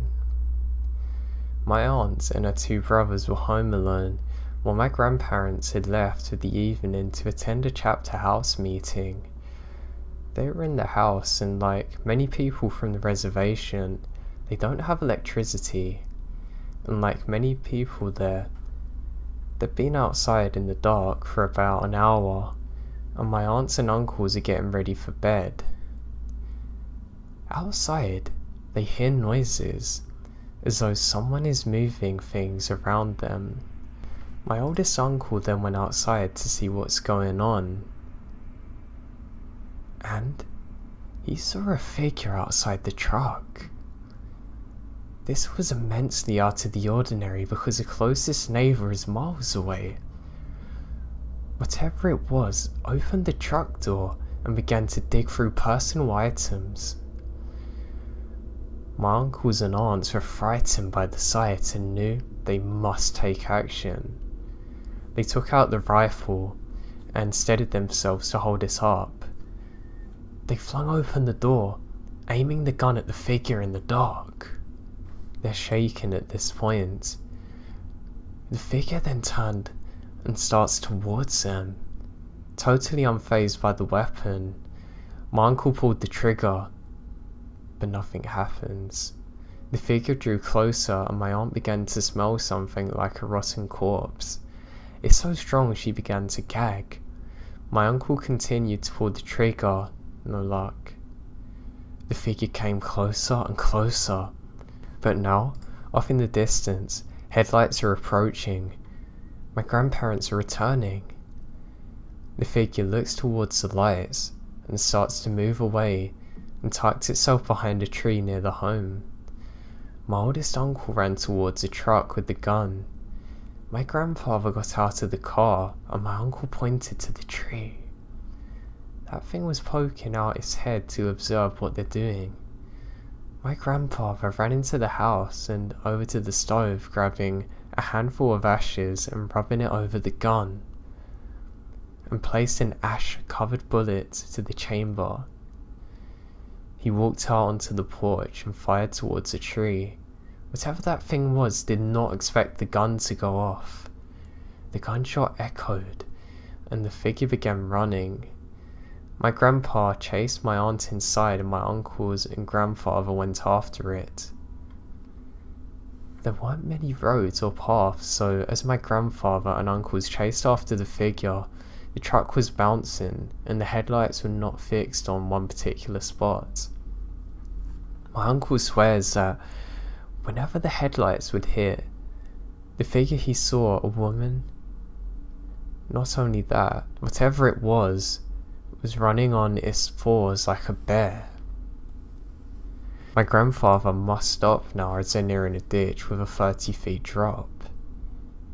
He got out and began to yell in Navajo. My uncle says that he was yelling about a local woman.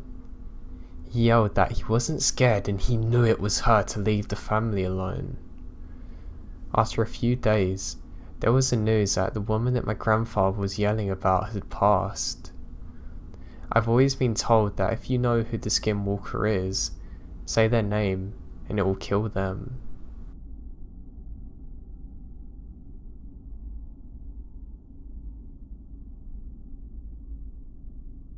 Out on the Navajo reservation, we don't have the city come and collect our trash, so we have to burn the trash out in these huge burning barrels. Not very eco-friendly, I know, but it's what we have to do. Now if you don't light the trash properly, the fire will go out and the trash will sit in the barrel. This is important because we are told to dispose of personal hygiene items. If you removed all your hair from your brush, make sure the trash burned. If it was that time, you had to make sure everything was burned. They tell us things because skinwalkers have been known to dig through trash in order to find out things they can use against us. They use the things that were briefly connected to bring misfortune onto others. Some of my family members take part in the sport of rodeo, so to practice, they have a dummy rope and throw it at things and try to bring them in. My two male cousins were enjoying themselves outside, taking turns swinging the rope at the fake calf. The elders are always adamant that we shouldn't stay out past sundown, where that it's pitch black for miles. But my cousins aren't superstitious and are under streetlight. My cousins are joking and laughing, having a great time. That changes when the oldest cousin looks over to a burn barrel. A dark figure is bent over, rummaging through the garbage that's failed to burn. My cousins devise a plan that they're gonna grab weapons and chase it. They move strategically so that they are able to flank the figure. They run full speed at it and begin yelling and swinging. My cousin states that they kept this up for the most part, until the figure ran under the streetlight. But that's when my cousins see that what they thought was actually a person is actually a goat. Why would they think it is a person? The goat was running on its hind legs. Fear runs through their bodies as the figure runs off into the darkness. Now feeling nervous, and not entirely accepting what they've just seen, they began roping the dummy again. There's an awkward silence amongst the boys who just saw something unnatural, but talking about it now would just make it seem real. The boys roped in silence until one of them looked over to a tree. There's a head peeking out at them. If they didn't pay attention to it, whatever it was would poke its head out from the tree to stare. When they would look in the direction of the tree, it would move quickly out of sight. This was the final straw. My cousins ran back into the house. They told their parents and my uncle come out. It was still there, poking its head from behind a tree. My uncle loaded up his gun and starts walking towards the tree line. He aimed it and pulled the trigger. Gun jammed. Whatever it was began to run so fast it appeared to be a blur. When it left, my uncle came in and gave the boys a thorough lecture about staying out late. One of my cousins then told my uncle that whatever it was had been digging through the trash barrel. They went to investigate the creature that's hauled a lot of things out of the barrel, which was odd. There were tracks all around the area. They followed the tracks, but they suddenly vanish, dead in the middle of nowhere, with no possible way they could have went.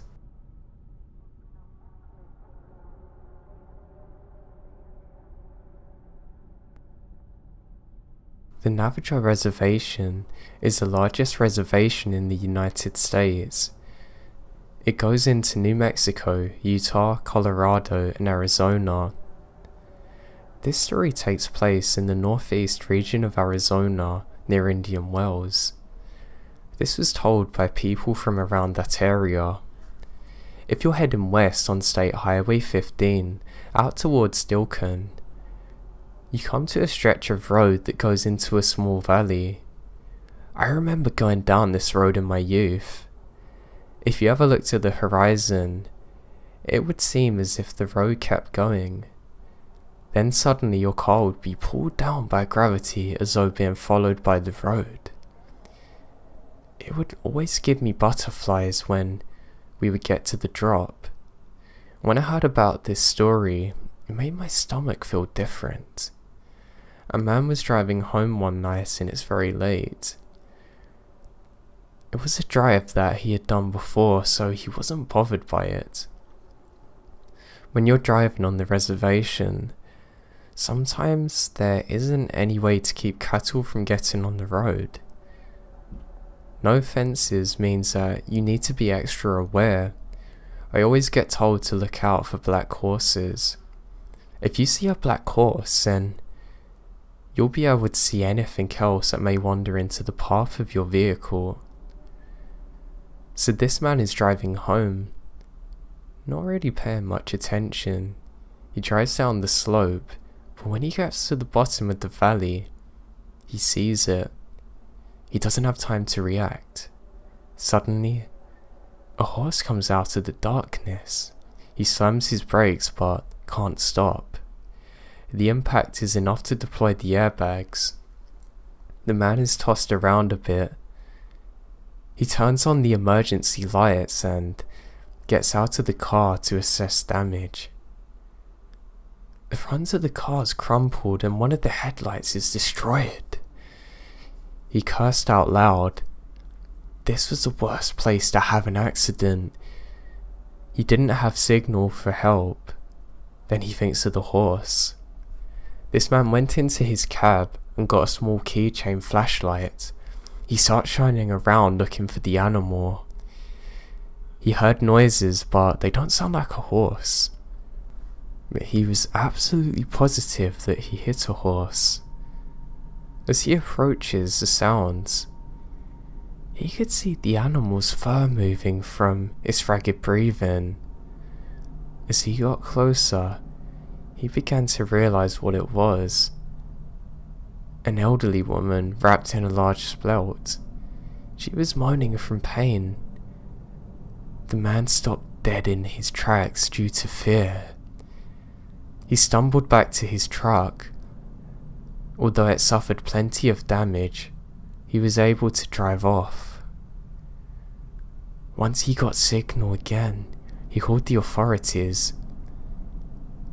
An ambulance drove out there and recovered her. She's then driven to the local care facility. Due to the fact that many of the healthcare staff were Navajo, no one wanted to touch the woman. The woman known in the community was thought to be bedridden. This was shocking because she was so far from home, and the state she was in was off-putting. She had on her attire when she arrived. The nurses called her family to come in. When she got there, they removed her jewelry. When her family got there, they were frightened. But there was some non-Navajo staff in there that provided care. She only had bumps and scrapes, which didn't make any sense at all. She's able to get up and walk around the same evening. She went home with her family that night. but apparently vanished after a few days. In Navajo culture, if you find out who a skinwalker is, you have the power to destroy them. After the community around India Wells found out, or more fittingly who she was, it was certain that her end come.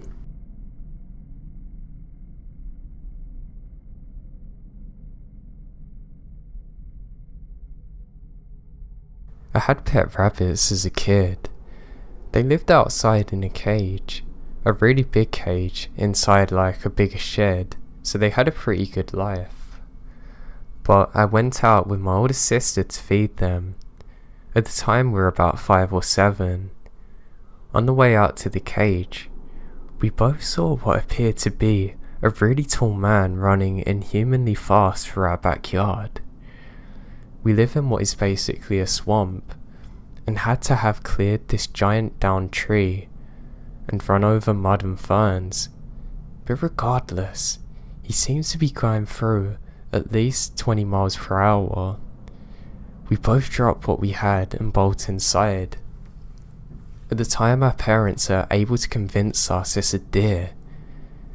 We wanted to believe them, but it just wasn't. I convinced myself for over a decade that that's what we saw. Fast forward to a few years ago, I was at a park near my house with my friend late at night. I pulled into the dirt road drive in my Outback and parked facing the old practice fence. Now we go to the field that was too foggy to see across, except for a split second. We can see what appeared to be a very tall man running across the field. We drove as fast as that Subaru could take us out that park. Now a couple of years ago, I was at the same park under similar circumstances. This time, it was clear but very windy. Now from across the field and into a field, we heard a crash and a scream. Not a crash then a scream, but simultaneous. It was the most shrill, terrifying, god-awful screech I've ever heard. More human than a fisher cat, but far louder and more sinister. Again, we noped it out of there as quick as possible.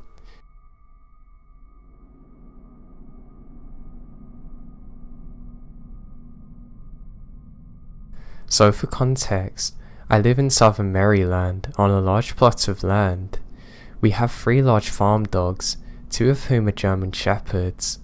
They're very used to the various animals that pursue our property, and very rarely get spooked or upset. We also have lots of livestock, and it's uncommon for us to lose a random animal or find a pile of chicken feathers in the corner of our property. However, we've always been able to explain it or add extra protection for our flocks. Around 8 months ago, we started losing chickens at an alarming rate. They would disappear. Even our shepherds couldn't send them anywhere on the property. For a while, we figured it's just a barred owl or some other bird of prey. The main problem with that theory is that literally 10 would disappear at a time rather than the normal 1 or 2. We decided to put a trail cam up to watch our most eastern flock. Almost immediately, the problem stopped, so we took them down. But then it got stranger. I've always gotten sleep paralysis, and it's like to believe I'm pretty comfortable with my sleep paralysis demon. It's never really been something to concern me. However, around the same time as we started losing chickens, I would see something different in my sleep paralysis. Whereas my demon would chill in the corner and not move, this thing would hang around and move back and forth, almost like a sloth. It had long fingers and was really skinny, like, weirdly. It didn't appear human. I then noticed it constantly stared at me, whatever part of the room I was in. At the time, I decided not to worry though, and figure it's just anxiety. Which brings us up to September 2018. One night at around 2, I woke up completely able to move my body. Everything seemed normal. No one else was sleeping in the house that night, but that's pretty standard around that time of year. I glanced up at my rafters and saw the long-fingered thing moving and looking at me. Immediately I turn on my bed lamp. It's gone, yet again. I talk it up to stress and decide to go downstairs to grab a cup of water. All of our dogs are happily asleep, and I went back to bed turning off the light. The second it was dark, I could see it again, without my eyes having to adjust. This freaked me out enough. But all of a sudden I heard a Rottweiler get up and start growling. He barks and growls. I call out, but he kept going. He got louder and louder until the other dogs joined in. Now, I turned the light back on, grabbing my hunting rifle. I went downstairs and took 2 of the dogs outside, and I swear to God, I've never heard a silent night like it. I moved my flashlight slowly around the perimeter looking for the shine of eyes, or anything. All of a sudden, the chickens are going haywire. Like so loud they distract the dogs, who sprinted out towards them. I followed them only to find no chickens, and our fence is torn down. There's no animals in the area that could even try to do that. So we quickly get inside and camped out for the evening. It was quiet after that, and when the morning came, the chickens are safely back home. I stupidly figured the problem solved and decided not to worry about it. The only thing was that I started seeing the long-fingered rafter thing every time I turned out the lights. Eventually I get so freaked out, I decide to call a shaman. She told us that we have a Wendigo problem, that she would come and sage the house. We opened every single window and door, letting her do her thing. But since then, we've had no problems. The issue now is that when we walk our dogs at night, or put the chickens inside, I swear someone's watching me. I've had a couple of other people bring up that they feel weird at night, and nobody goes outside alone anymore. Whenever we walk our dogs at night, they get so paranoid and don't want to move, especially not towards the forest. The creepiest part though is sometimes at night, we hear screaming. We assume it's often coyotes, but every once in a while, it's just off enough that we get scared. A couple of times it's been a lone shriek, which is very uncommon for foxes or coyotes. And a few nights ago, we were asleep in bed when we heard a scream from directly outside our window. My partner says that he's worried that someone was hurt. So he opened our window and yells, "Is anyone out there?" And we hear a lot of shuffling like somebody scrambling off. It sounded heavier than a bird of prey, but way lighter than a person. Our dog stopped barking, and within a minute, we hear another scream a good mile away.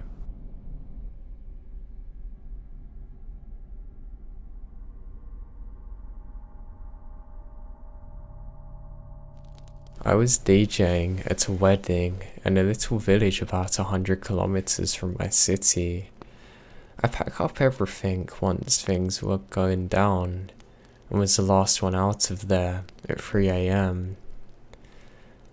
I start to drive down the highway and see a big orange glow emanating from the other side of a ridge on the other side of railway tracks. I decide to check it out as it was even and smooth. I've never seen a light like it before. Was thinking it might be some huge bonfire for the wedding's after party. I had to drive up 1 or 2 kilometers to cross the tracks and the crest for the ridge, and once I did, the light was still off on the horizon.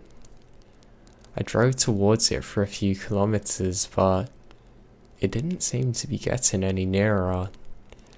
I decided it wasn't a bonfire, and that I didn't want to get myself into trouble, so I turned around, heading back to the city. 50 kilometers later, I get to the main highway, so I decide to look back, and the light was just as big in the sky as it had been in the village. I looked back at the news the next day and found out what happened. A few underground gas station storage tanks had ruptured and combusted, which causes an absolutely massive fire, and there's no option but to let it burn out. It ended up burning for days.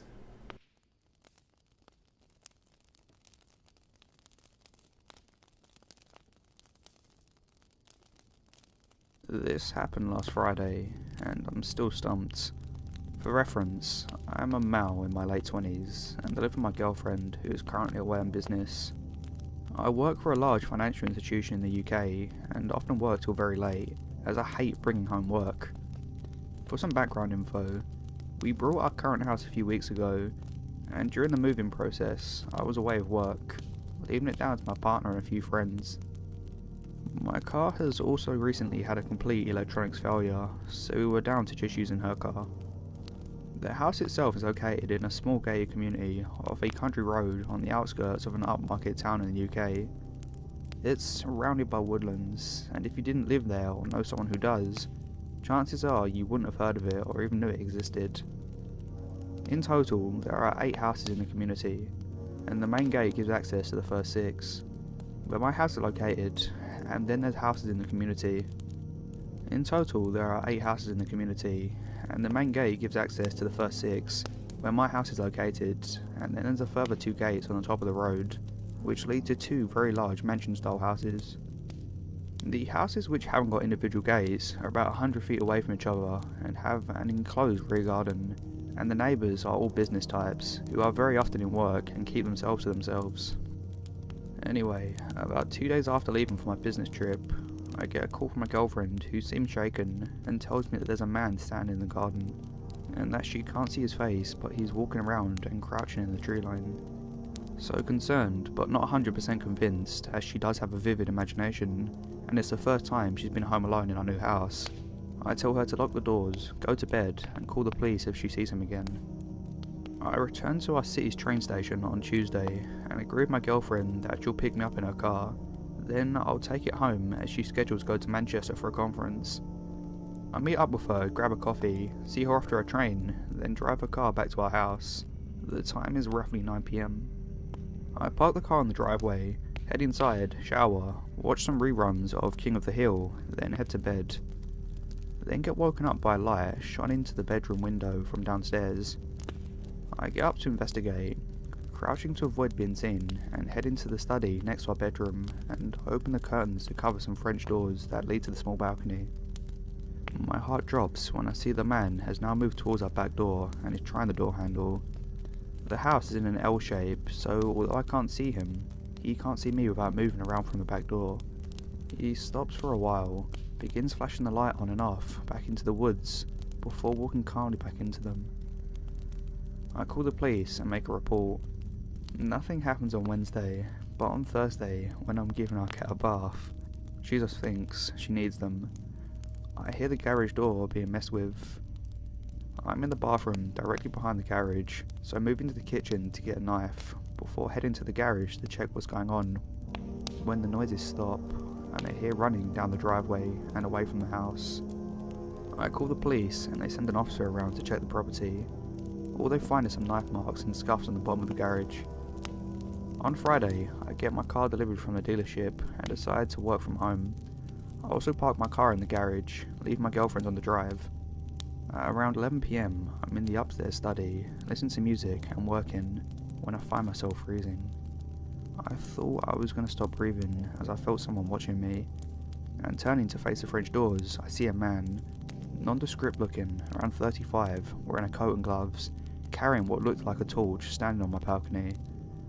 Our eyes met. Now filled with rage, I go for one of my golf clubs from my golf bag and charge towards the door. He climbs down off the balcony and runs into the woods. I've never seen this man in my life before, but I am sure it's the man that's been causing problems in my life recently. It's also dawned on me that he would have only seen my girlfriend before, and only seen her car. Maybe he thought she lived alone. I've notified the police and have brought some more security devices to install on the property as well, and I've also parked my car on the drive of hers. We don't know who he is or why he's doing this, but we're hoping it won't happen again. This took place a couple of years ago, when I was still dating my ex. Him and his dad had adopted a Rottweiler German Shepherd mix from the shelter. The dog was really aggressive towards strangers and other animals. It took a couple of months for him to warm up to me, but eventually we bonded, and I would occasionally be cuddled up on the couch with him and take a nap. It got to the point where he would push people aside, so all 88 pounds of him could be with me on the couch, instead of someone else sitting next to me. During the summer, my ex and me were house sitting for his dad, who was on vacation with his girlfriend. My ex would usually be home to walk the dog. He was way too strong for me, but this time he was at work and I had to walk the dog. We had ordered a special harness for him beforehand, hoping it would make him pull less. My ex and his dad didn't live in the safest of neighbourhoods, and it was getting dark out while I went into the woods to go on our walk. I let the dog run around by himself, but kept his harness on. Since he was a very aggressive dog towards other people and other dogs, I'd like to keep it on so I could call him as soon as I saw someone else and get him on his leash again. For this reason, I was kind of on edge and looking around me all the time. We weren't walking for too long when I saw a group of guys coming up in front of me. They had their hoods on and kept their heads low while clearly whispering to each other and nodded their heads towards me. I looked behind me and another group of guys was approaching me from that side.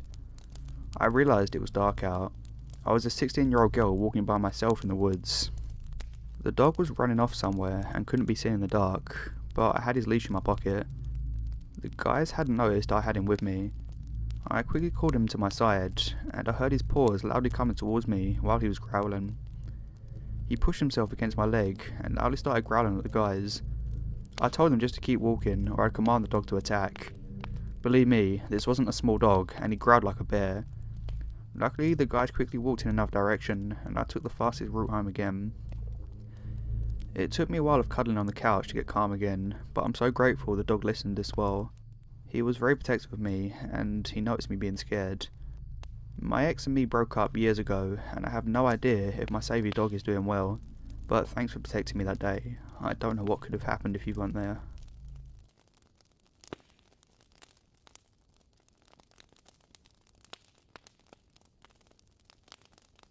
I was up in the middle of nowhere, on some mountains in rural Ireland, and I come across hundreds and hundreds of bones from different animals. It doesn't make sense why it's up so high. It is obviously normal to see a skeleton in the wilderness, but this huge pile of bones is odd.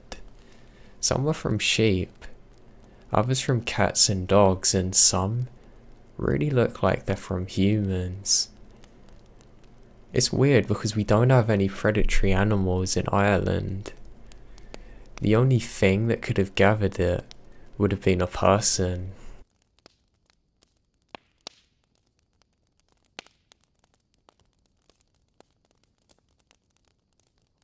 Forgive me if the way I write about this seems light-hearted. I'd like to say it's a way that I cope with it, and it's just the kind of person I am. Also forgive me if this is really long. Now, I'd like to start off this day by saying that most consider me an intimidating person by nature. My close friends don't really believe that, but they know that I most definitely do not mess around when it comes to certain situations, whether it's telling someone to go away, as much as I hate to admit it, getting physical with someone. I've never really had someone approach me in public thinking of getting the best of me, if that makes sense. About half a year ago, I was at my then house rolling some small joints with my girlfriend. I live somewhat in the middle of nowhere, and there are a lot of trees in my area, and they're also in my backyard. I wouldn't classify it a massive forest, but it's not small enough to simply be a grove. There's wildlife there though. My girlfriend and I hadn't smoked much that day, and we were home alone, and seeing as we could do anything we wanted, we decided, yeah, let's smoke while taking a bit of a nature walk. It seemed like an amazing idea at the time. My girlfriend sat next to me while I rolled it up. We were talking about random stuff and listening to heavy metal as I focused on rolling those sweet spliffs. Kinda mentioned, those joints were absolute pells. Anyway, I had finished rolling and we decided to finally leave my house and walk into the plain woods, which at the time had never been intimidating to me or anyone I'd been in there with, unless they were just really scared by nature or had some anxiety issues. I have the joints in my back pocket and we leave. We're walking through my backyard towards one of many trails from my place. I should also mention it was summer, so it was only 7 PM and it wouldn't be getting dark for maybe 2, 3 or 4 hours. We light up for about an hour or so, it's fine. We just talk and kiss a little bit. Basic stuff really. We're on the second joint, just walking along the path, and we see this massive flat rock, like a pancake boulder.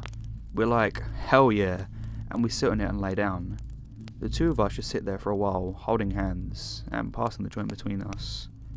Maybe 30 minutes pass, and we start hearing noises. I'd like to mention by this point, the sun will start to set soon, maybe another 30 minutes. We're obviously really freaked out by the sounds. At the time, we just looked at each other, and internally blamed it on the weed making us a little paranoid. There was wildlife in this forest, as I mentioned. We were trespassing in their backyard, so why would we mind a cute bunny? After a while of silence, we hear that noise we both know damn well isn't an animal. Now that I think about it, it sounded like someone running something sharp against a solid but jagged surface, like a rock. It was pretty far away, but somehow it was loud enough that we heard it. It was faint though. We look at each other and immediately sit up. We don't see anything. I stand up and urge her to do so as well. This most definitely wasn't the forest fairies.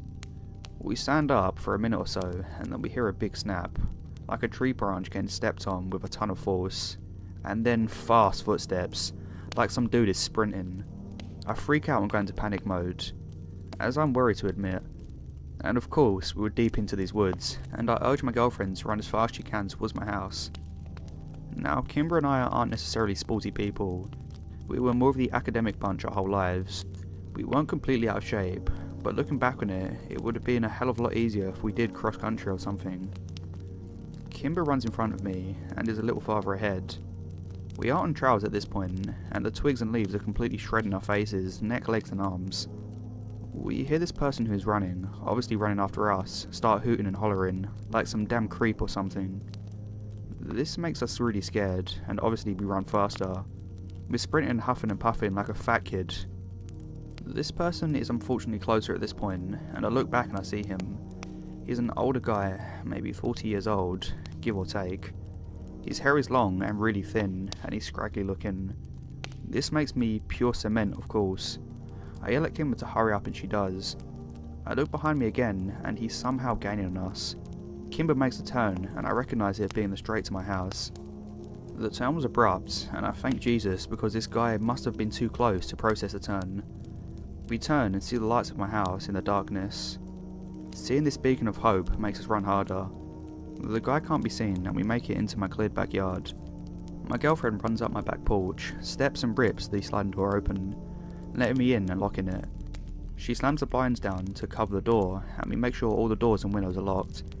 I feel my back pocket for my phone, and realise of course it's in those trees. My girlfriend's phone is dead. No house phone because who has one of those these days? It was a burden at the time though. My girlfriend starts having a panic attack and anxiety attack. I'm not sure which one of those it was. I plug her phone in and it starts charging. I turn all the lights off except for those by our doors. I saw no sign of the man for the rest of that night, and for the rest of the time I lived there. Her phone charged and we called the cops, and they surveyed the area, but found nothing. It was terrifying for me, and I can only assume it was worse for my girlfriend who has anxiety. I don't know what the man wanted that day, but it can't have been good.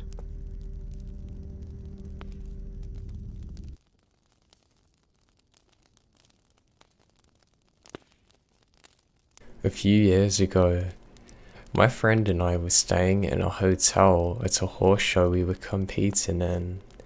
We're probably 16 at the time, so her mum was staying with us too. I remembered it being a sketchy hotel. We even brought some sleeping bags and our own pillows because it wasn't clean. One night, my friend Megan and I went to the hot tub without her mum to unwind after a long day. When we got there, there's a man sitting in a chair by the pool, fully clothed.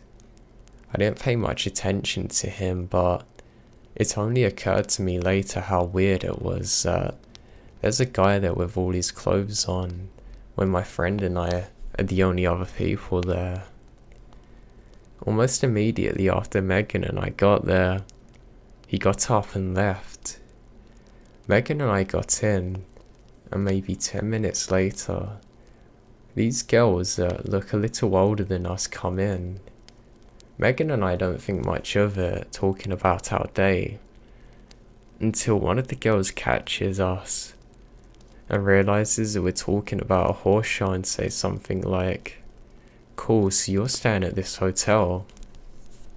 We said yes, that we're staying here for a 3-day event, and we just make small talk. At this point, Megan mentioned that we're there with her mum. There was nothing weird about what the girls said. It was just weird that they're talking to us since they were obviously older and we don't know them. Eventually though, they invited us back to their hotel room. Meg and I are understandably apprehensive and said we had to get up early to need bed. The girls were persistent, saying we could come and hang out and they're looking for some new friends, which seemed weird since, like I said, we're in a hotel in the middle of nowhere in Wisconsin. Not exactly the place you take a vacation with your friend to meet new people. They even said we could stay over with them, so we wouldn't have to go back to sleep with Megan's mum. Meg and I were insisting that we had a long day and we wanted to go and sleep, not hang out. But eventually we got up and left because they wouldn't stop talking about it. At the time, Megan and I decided not to tell her mum because we realised it's a weird situation and didn't want her mum to ban us from going to the hot tub alone. It wasn't until years later we realised that it could have been human trafficking because the man that was in the room alerted the girls of our presence to come back after us. It still makes my skin crawl.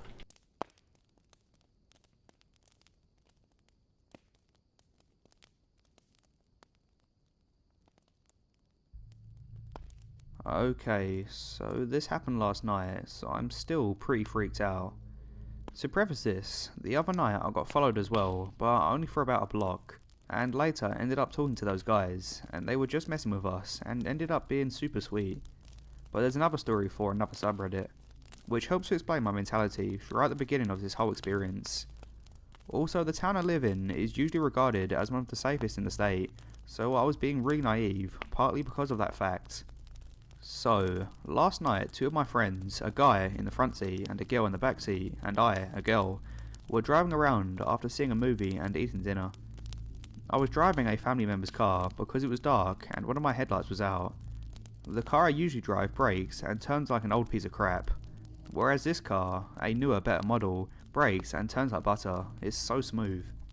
My friends and I get into a conversation about this and really wanted to test it out. We were right near my town's high school, so I pulled into a massive parking lot in the back, where I thought I could drive around and do some quick turns and stops without wrecking into anything.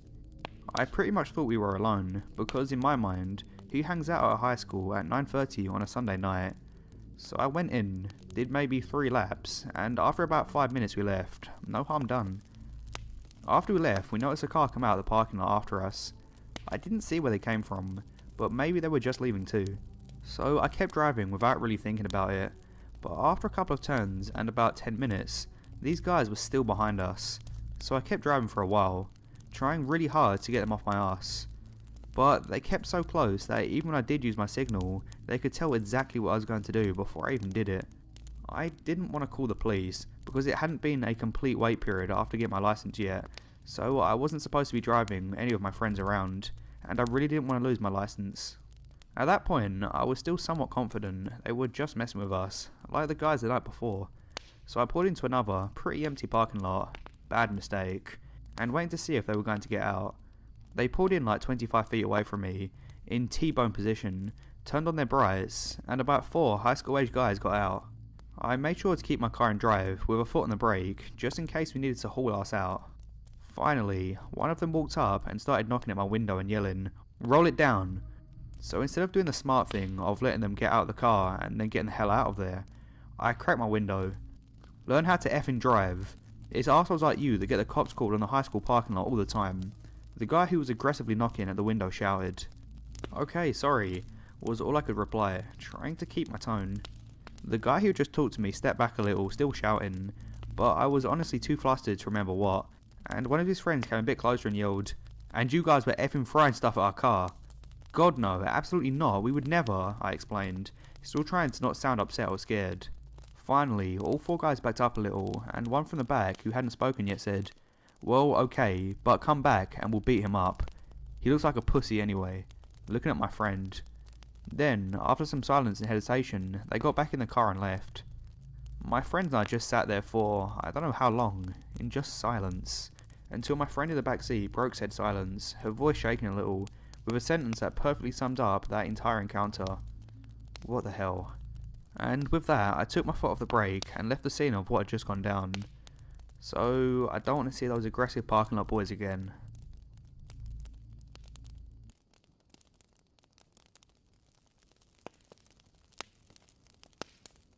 My boyfriend John and I went to hang out with his best friend called Mike and his current girlfriend. She knew about a party that's going on with some of her childhood friends who just finished their high school. So we arrived to the middle of nowhere. We see a bunch of people hanging out in front of yards of a few homes, drinking beer and just hanging out. It was very strange to me. We felt out of place. People were whispering about us and pointing at us.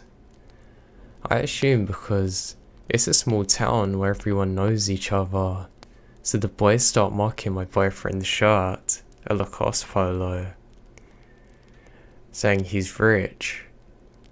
Now my boyfriend was not rich, got a lot of hand-downs from his boss after he gained a few pounds, but we laugh it off.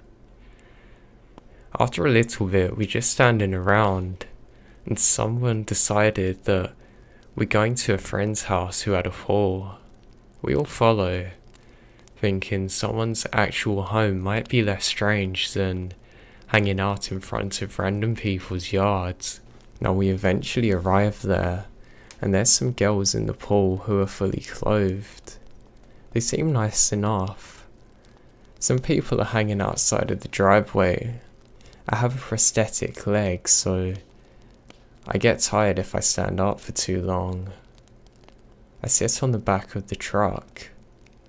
After a while, a dude approaches us and sits down next to me.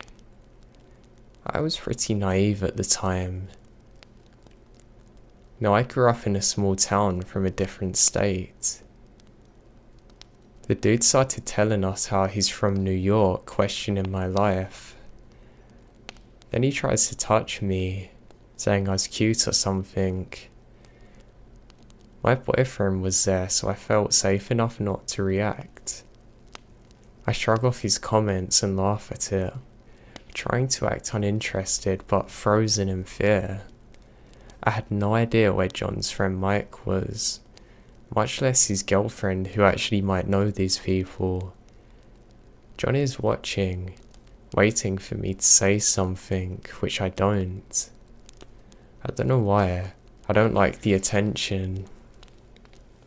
The dude was not attractive, didn't seem fun or cool, just obviously a drunk creep. He starts getting more weird and I say, "Go away, I'm not interested, I have a boyfriend." He said, "Oh well, that's okay." He doesn't seem to mind. Getting more strange. Then my boyfriend tells him to get off her. The guy says sorry and goes off to the woods. It's in front of the home. They eventually begin fighting. Now it was the homeowner. He had been passed out in his truck for the past 4 hours, but come in to see a complete stranger choking his friend. 3 guys run off on him. He managed to fight off 2 of them, but the host of the party has him in a headlock. He held him until he's almost unconscious. They fell to the ground with the host on top of him pressing down on his throat, cutting off his ability to breathe. I try and whack him off but can't do anything. I look up and I can see that he's trying to kill my boyfriend. I then dig my prosthetic knee into his back. John's friends were nowhere to be seen. The party host had finally let off him, and we run to our car. Mike and his girlfriend are close behind, obviously aware of what's happening. We decide to call the cops.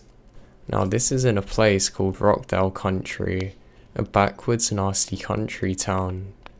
I didn't realise how horrible it was until we're inside the sheriff's office. They claimed that the reports had gone missing, and nothing ever come of it.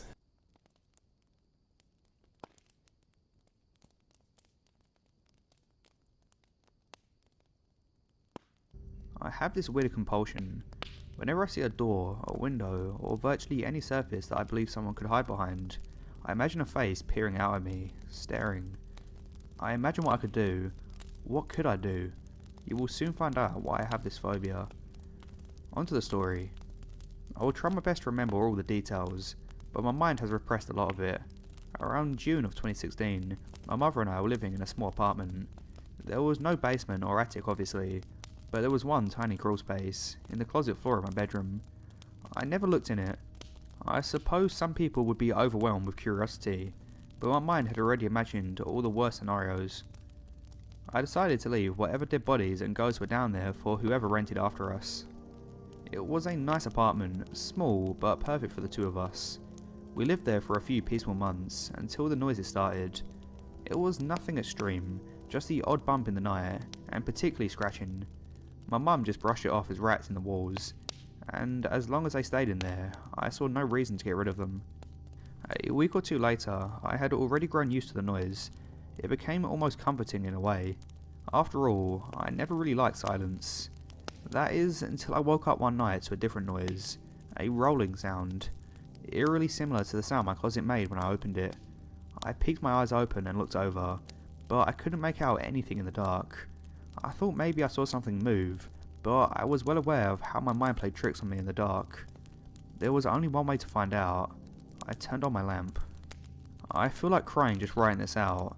It's been almost a year since I've had to record this night.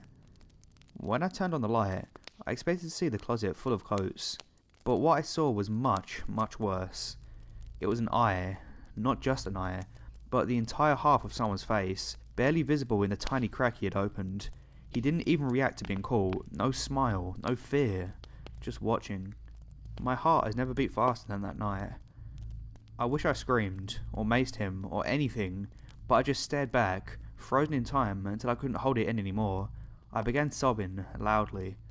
I think I tried to say something along the lines of, "What do you want?" But I was consumed in my crying. He opened the door more.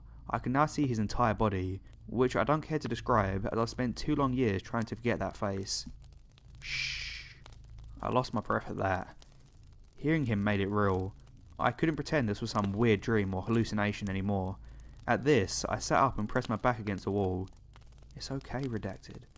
He said it so cheerfully, it gave me chills just remembering it. This is when I finally had the courage to run out of the room. This creep knew my name. My effing name. My mum, still half asleep while she called the police, thought I'd just imagined it. Of course, by the time the police got there, he was already long gone. All that was left of him was that damned crawl space. I still never looked inside, though writing this now, I kinda wish I did. Having some sort of proof of this would, I don't know, comfort me I guess, because at least you would all know that I'm not crazy. Apparently he had been living there, for how long I don't know, but the officers who arrived first on the scene said that there were tally marks inside the crawl space. I don't know how many. I didn't want to know whether he was marking the days or weeks. I just wanted to leave that apartment, and we did. The police never found him, not for certain. They thought they found a homeless man who matched the description, but he was apparently unresponsive. I've always thought they didn't take it all that seriously. They just thought he was a squatter. Even after I told them he knew my name, they thought that given how long he had seemingly been squatting, he had probably just heard my name through the floorboards. Since that night, he's been the face I always see when there's an open door or closet. It's grown more distorted as time goes on, but I can always make out a part of his pursed lips, as if he's still shushing me, even now. It's gotten easier with time, but I don't think it will ever leave me completely. Anyway, I guess we didn't actually have rats.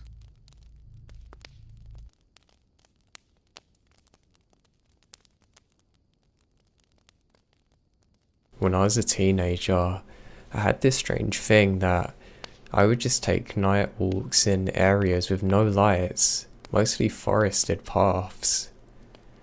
My logic then was facing fears would make me feel better.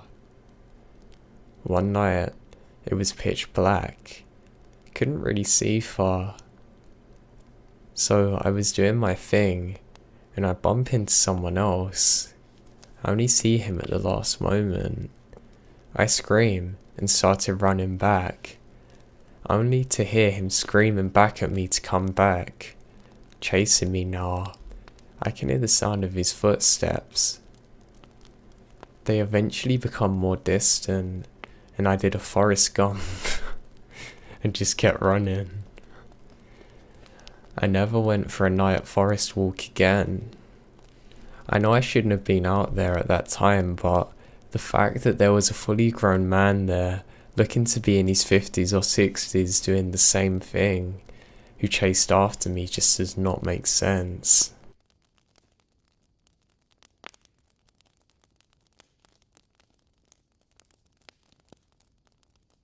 A few years after my father had graduated from SCU and my mother had graduated from TCU, they both had jobs at a small company in Fort Worth.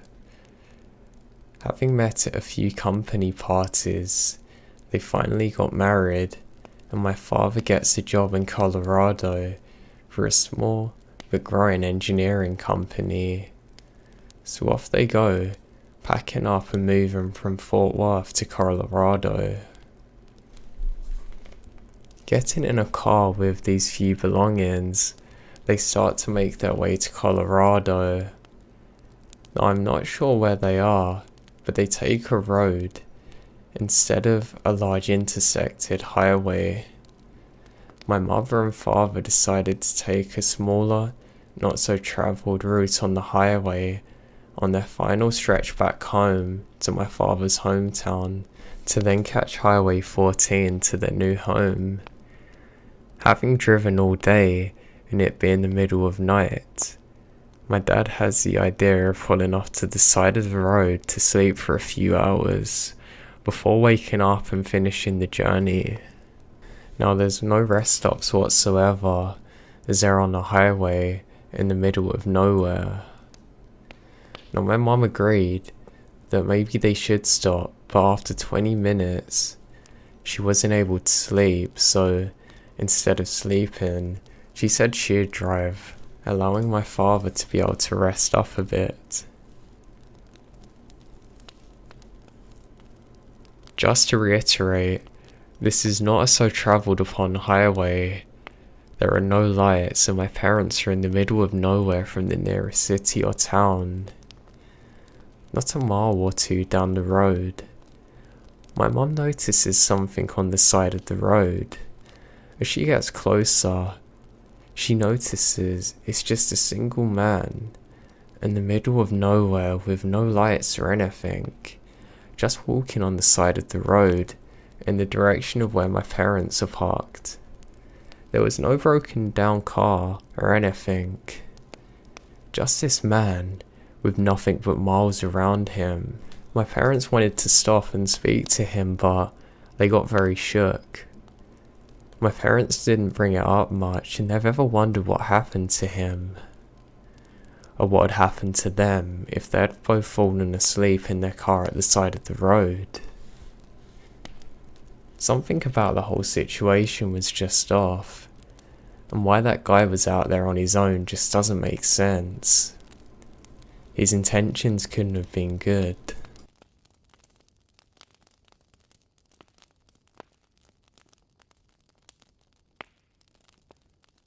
When I was younger, my brother and I used to go explore in the woods near our home. All of that stopped one day.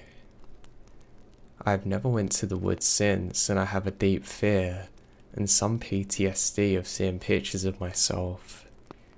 You'll know why. So like I said, me and my brother love exploring the woods and forest around where we live.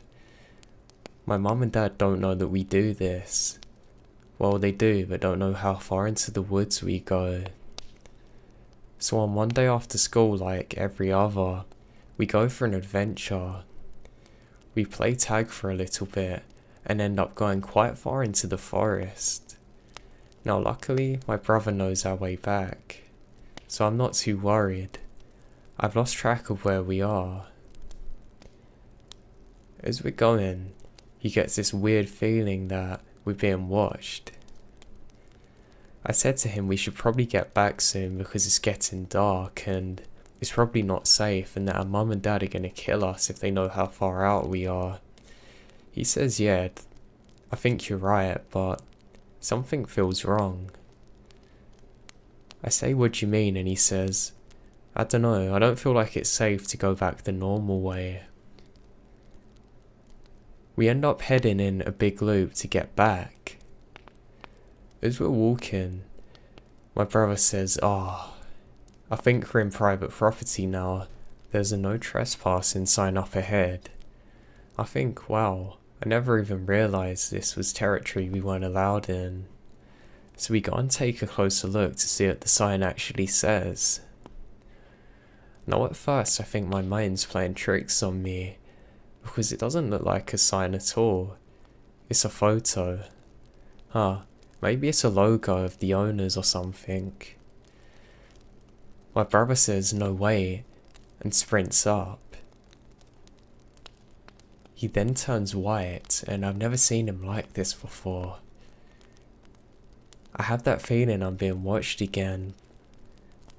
As I get closer, I can see why he's so scared. It's a picture of me, with the eyes X'd out in black pen. We both sprinted back. I have honestly never ran so fast in my life, and a lot of it's a blur because I think when you're so scared, your mind forces you to shut out certain memories. But I can remember as soon as we got back, we looked out the window to see if we could see anyone or anything. But there's nothing. We both agree not to tell our parents what had happened because they'd never let us out in the woods again, and even to this day, we never told them. I know how stupid this is looking back on it, but we were kids just trying to not get into trouble. Now since this day, I can't stand going into the woods more than maybe 5 or 10 feet. It's like I have flashbacks and I feel like I'm in the middle of nowhere, even if I'm next to other people or civilization. And if I look at photos quickly and they resemble myself, I start to get cold chills and my adrenaline rises so highly.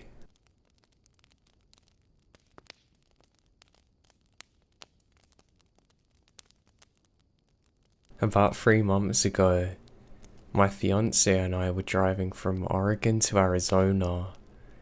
We're in a part of Nevada that's in the middle of nowhere. We are on the end of a 70-mile stretch with no cell service, and it's about midnight. My wife is small, only 5'1" and 100 pounds. Now it's my wife's turn to drive at this point. I was reclined in my seat out of view sleeping. She shakes me awake and says, "This guy's been following me for a while." I glance behind and see a big truck only 10 feet behind us. I tell her to speed up, figuring he just wanted us to go faster, but he keeps the same distance from us. All of a sudden he shoots into the oncoming lane, overtakes us, then proceeds to slow in front of us, bringing his speed down to about 10. She backs off a considerable distance when he slams on his brakes and starts opening his door. At this point I sit all the way up and roll my window down. He spots me, slams his door shut and takes off. Now I'm not one to jump to conclusions, but if he didn't see me, he would have definitely tried to kidnap my wife. We're very shook up and go to report him to the police at the next gas station. My wife has never drove in the middle of nowhere alone again. I don't know what ever come of the police investigation either.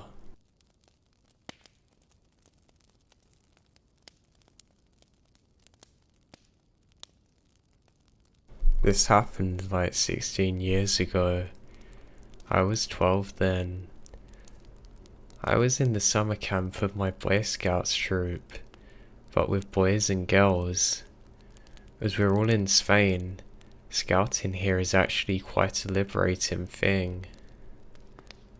One of the most important activities during summer camp is what we call raid. Basically going out of camp to adventurously trek for a couple of days. My friends and I planned an amazing route through a beautiful mountain range called Pieros in the northeast of Spain. 3 days walking, 2 nights sleeping out of the camp. My raid camp consisted of 15 boys and girls between 12 and 13. We took food with us, knew how to read a map and how to build a shelter, how to search for water, and pretty much anything necessary to survive a couple of days, so no adults were camping with us. Our plans for the first day were to climb a mountain that was just under 3,000 meters high, and sleep by a glacial lake near the top. It's a long walk from our camp. I mean, it's probably about 15 miles away. So at about 6, we decide we're not going to reach the lake at the time we predicted.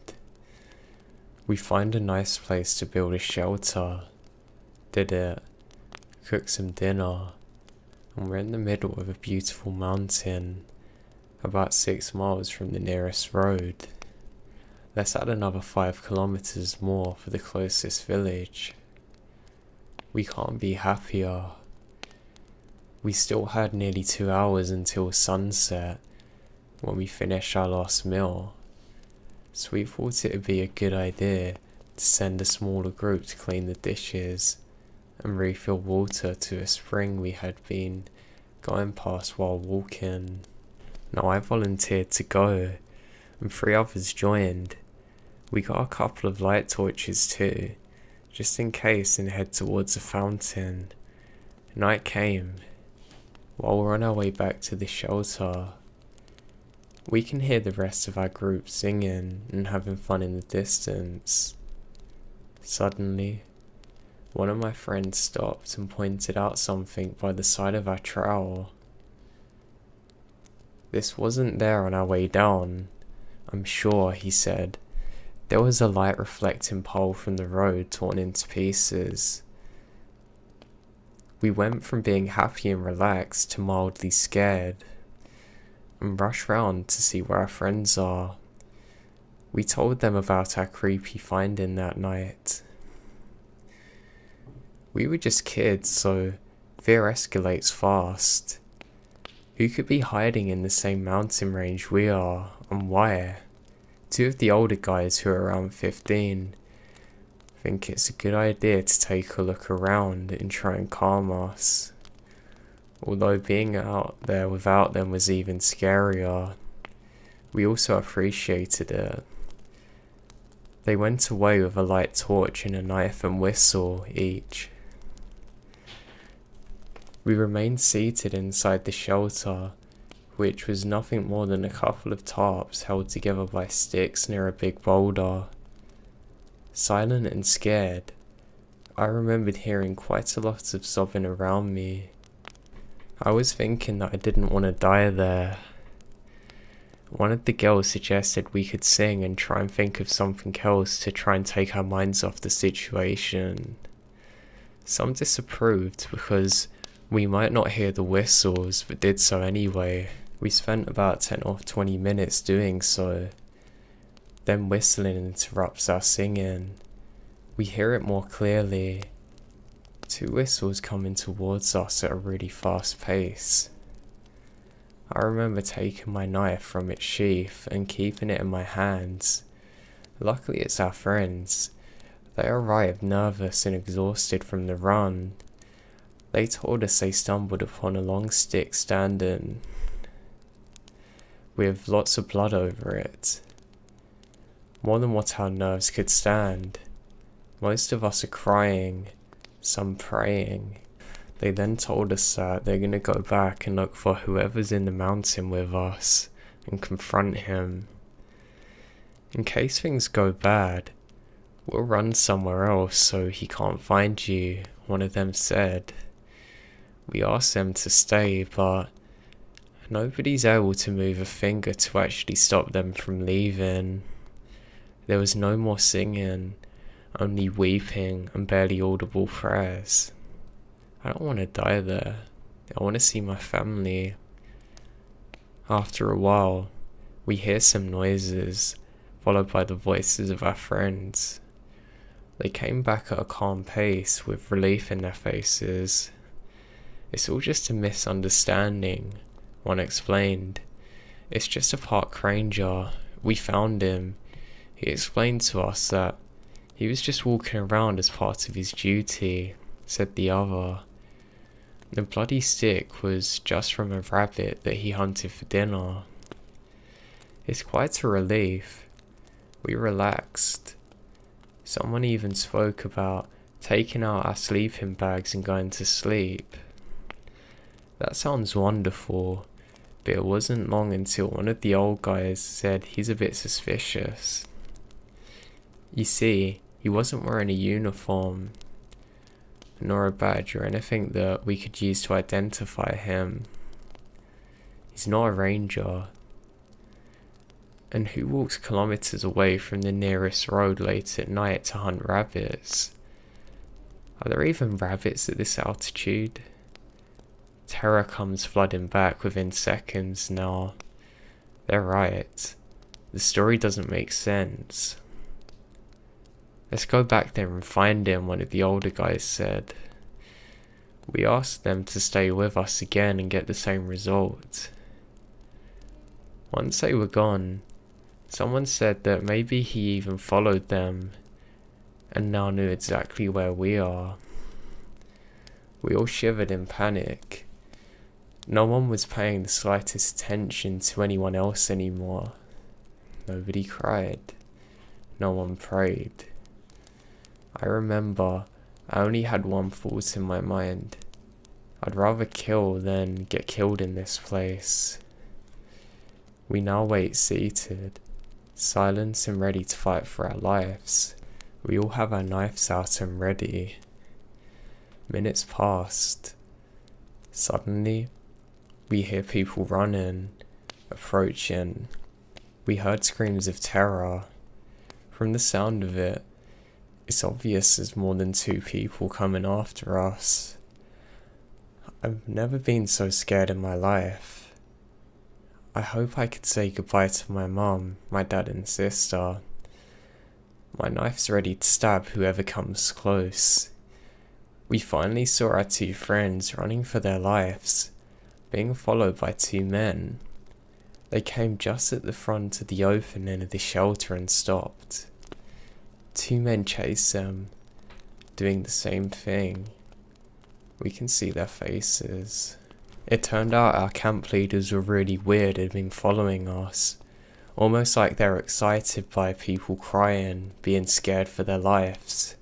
So they had taken 13 children to the middle of nowhere, to the point they're holding up knives wanting to kill people. It turns out they got in a lot of trouble after it, and I'm sure they got arrested for some of the things that they had done. Now I know nothing come of this, but I'm more scared by how weird the camp leaders actually were and that the law got involved after, versus a prank they tried to play on us.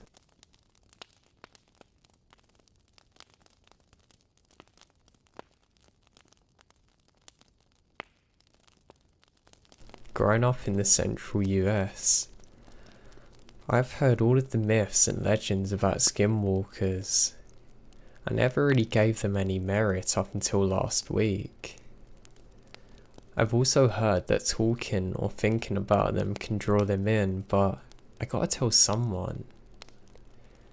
Please excuse any formatting errors, and this is my first post I'm on mobile.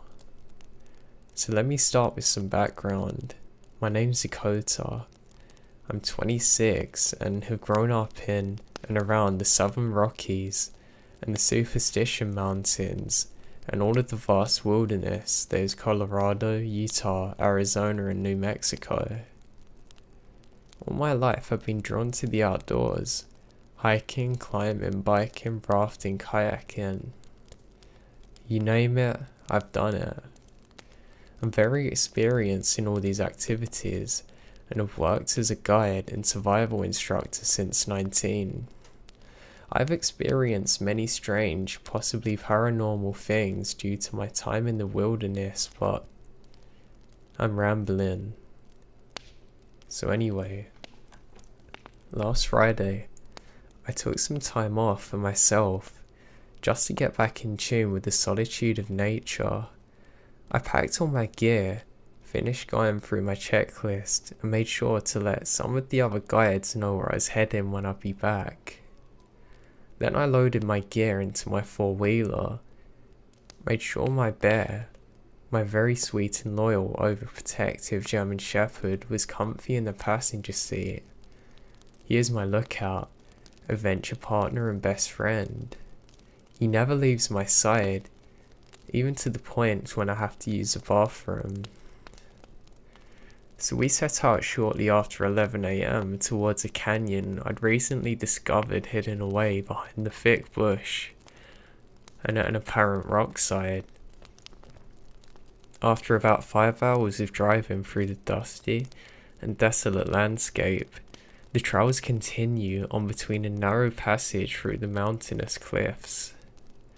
When we arrive, I parked the four-wheeler behind a large outcropping of boulders, took the keys, and covered it with a colour. Not that I was worried about theft. I was probably miles away from the nearest human. I covered it to keep the unforgiving sun to prevent any melting damage.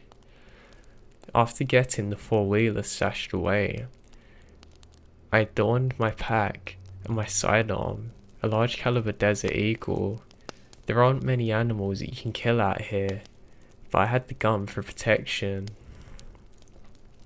I surveyed the area. There was thick bush and dry foliage all around us with small foot trails. I cleared them on the four-wheeler and see a large rock pile in front of us. I skirted around the rocks to the very narrow passage in behind the left side. It's a tight squeeze, and I had to remove my pack just to get through it. Now I had to slide and shuffle like this for about 20 feet, with cold jagged rocks against my chest and loose boulders against my back. The trail narrowed near the end, and I had to suck my chest in and wriggle my way out in a large opening in the rocks, where Bear happily waited for me with his head cocked to the side with confusion. He was confused why I struggled so much and he passed so easily. When I finally freed myself from the narrow rock, my jaw dropped. All around me, the cliff is covered in ancient paintings and carvings, some of which I recognize from some Native American sites used as religious sites. But many of these symbols were new to me. The most notable was a large painting near where the trail continued on. It depicted a large figure whose head and antlers resembled that of a deer, but the body was long and narrow, strangest of all, bipedal. It is at times like these that I wish I'd brought some piece of technology like my iPhone, but I usually leave it at home, bring in only an emergency satellite phone. Intrigued, I left the opening and headed on the trail. I was surprised by the steep downward slope that seemed to the heading down further and further into the earth, and I was even more surprised when the trail ended at the mouth of a large cave. It's actually a cave that I didn't know about. This couldn't get any better. I set down my pack, pulled out my flashlight. It was getting pretty dark, so I figured I'd just check out the opening, then settle for the night. I wandered in a few feet and abruptly stopped when the floor dropped down into a chasm. My flashlight barely penetrated the dark abyss below me. Disappointed that I'd need to return another day with my caving gear and possibly a partner, I headed back towards the mouth of the cave, and Bear, who had strangely stayed put, didn't follow me in. He must be tired, I thought, as I suddenly started to realise my own fatigue after nearly 5 hours of driving and 5 of hiking. I started a small fire with some newspaper logs I packed, in which burned for a surprisingly long time. I heated up some water for some dehydrated omelette. After a not very satisfying meal, I unroll my sleeping bag and get comfortable, with the fire by my side and the distant view of the stars peeking between the distant cliff tops that shelter me from the rest of the world. With that peaceful thought, I dozed off to the sound of the crackling of fire and Bear snoring beside me. I sleepily checked my watch when I was nudged awake. It's almost 3 in the morning. I softly push Bear's head away from me, nudging me so I can go back to sleep. But that's when, in the dim of the fire, I see that his teeth are now bared, his head low beside me in a protective position. He was starting towards the mouth of the cave with a deep growl emanating from his throat.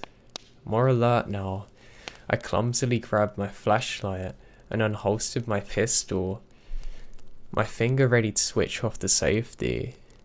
I mentioned to Bear to be quiet, which was a very handy skill that had taken a lot of time to learn.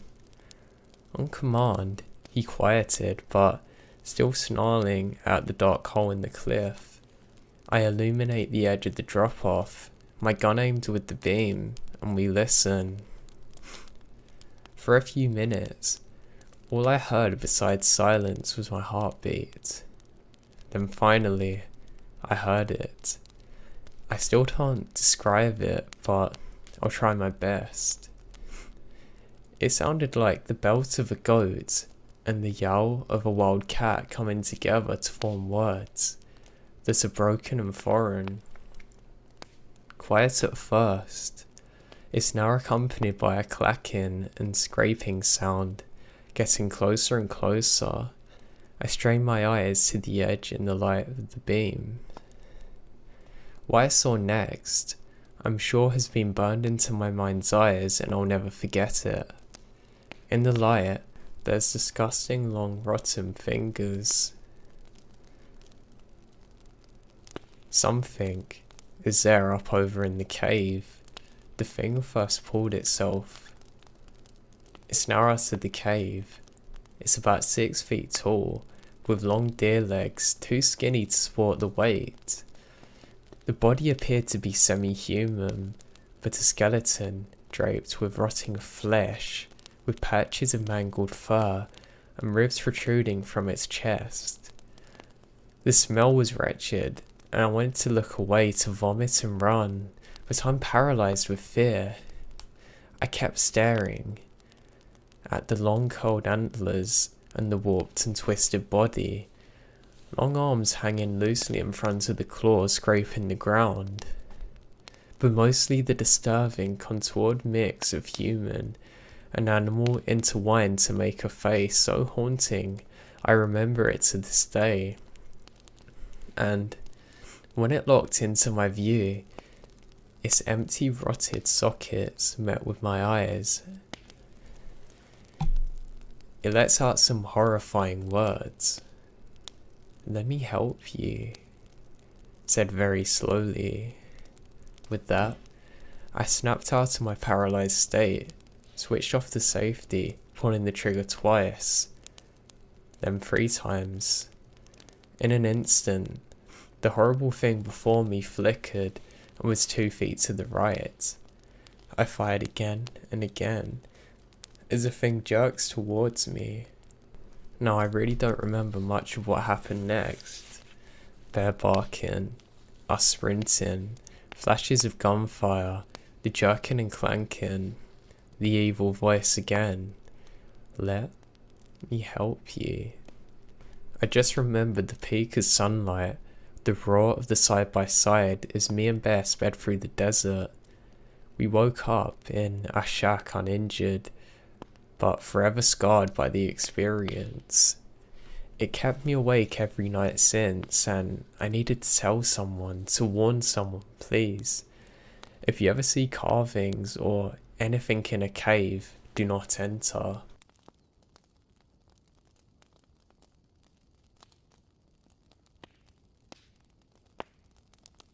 Hey, leader of the cryptic crew here. Alright, you guys were right. The name is too cheesy. Also, I probably wouldn't be the leader. Casey would. She's got a lot of energy. A few lovely people said they'd like to hear more of our adventures. Thanks for your interest. I've decided to compile a bunch of quick incidents that happened since I moved into my dorm. It's been a busy few weeks, so I can't write much. I've got another 5-page essay due Sunday. First, some background onto my dorm building. It's got a notorious reputation as haunted, and I live in the basement.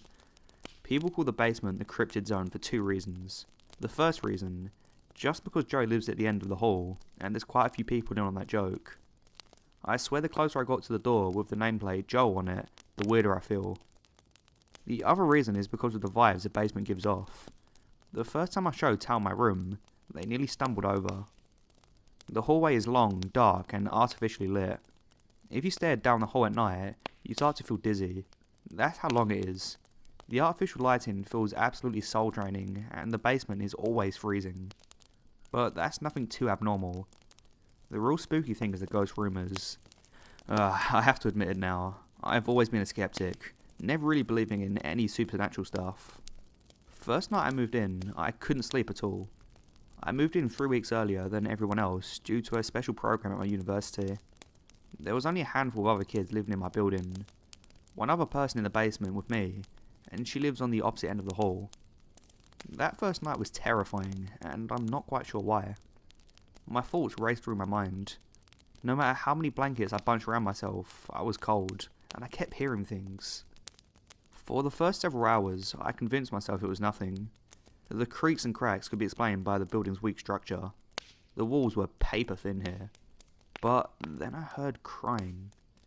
I jumped out my bed in fear. The first noise was a nose sniffing. Then I heard a hiccup-like sob. They were so quiet, but not like they were muffled by the walls.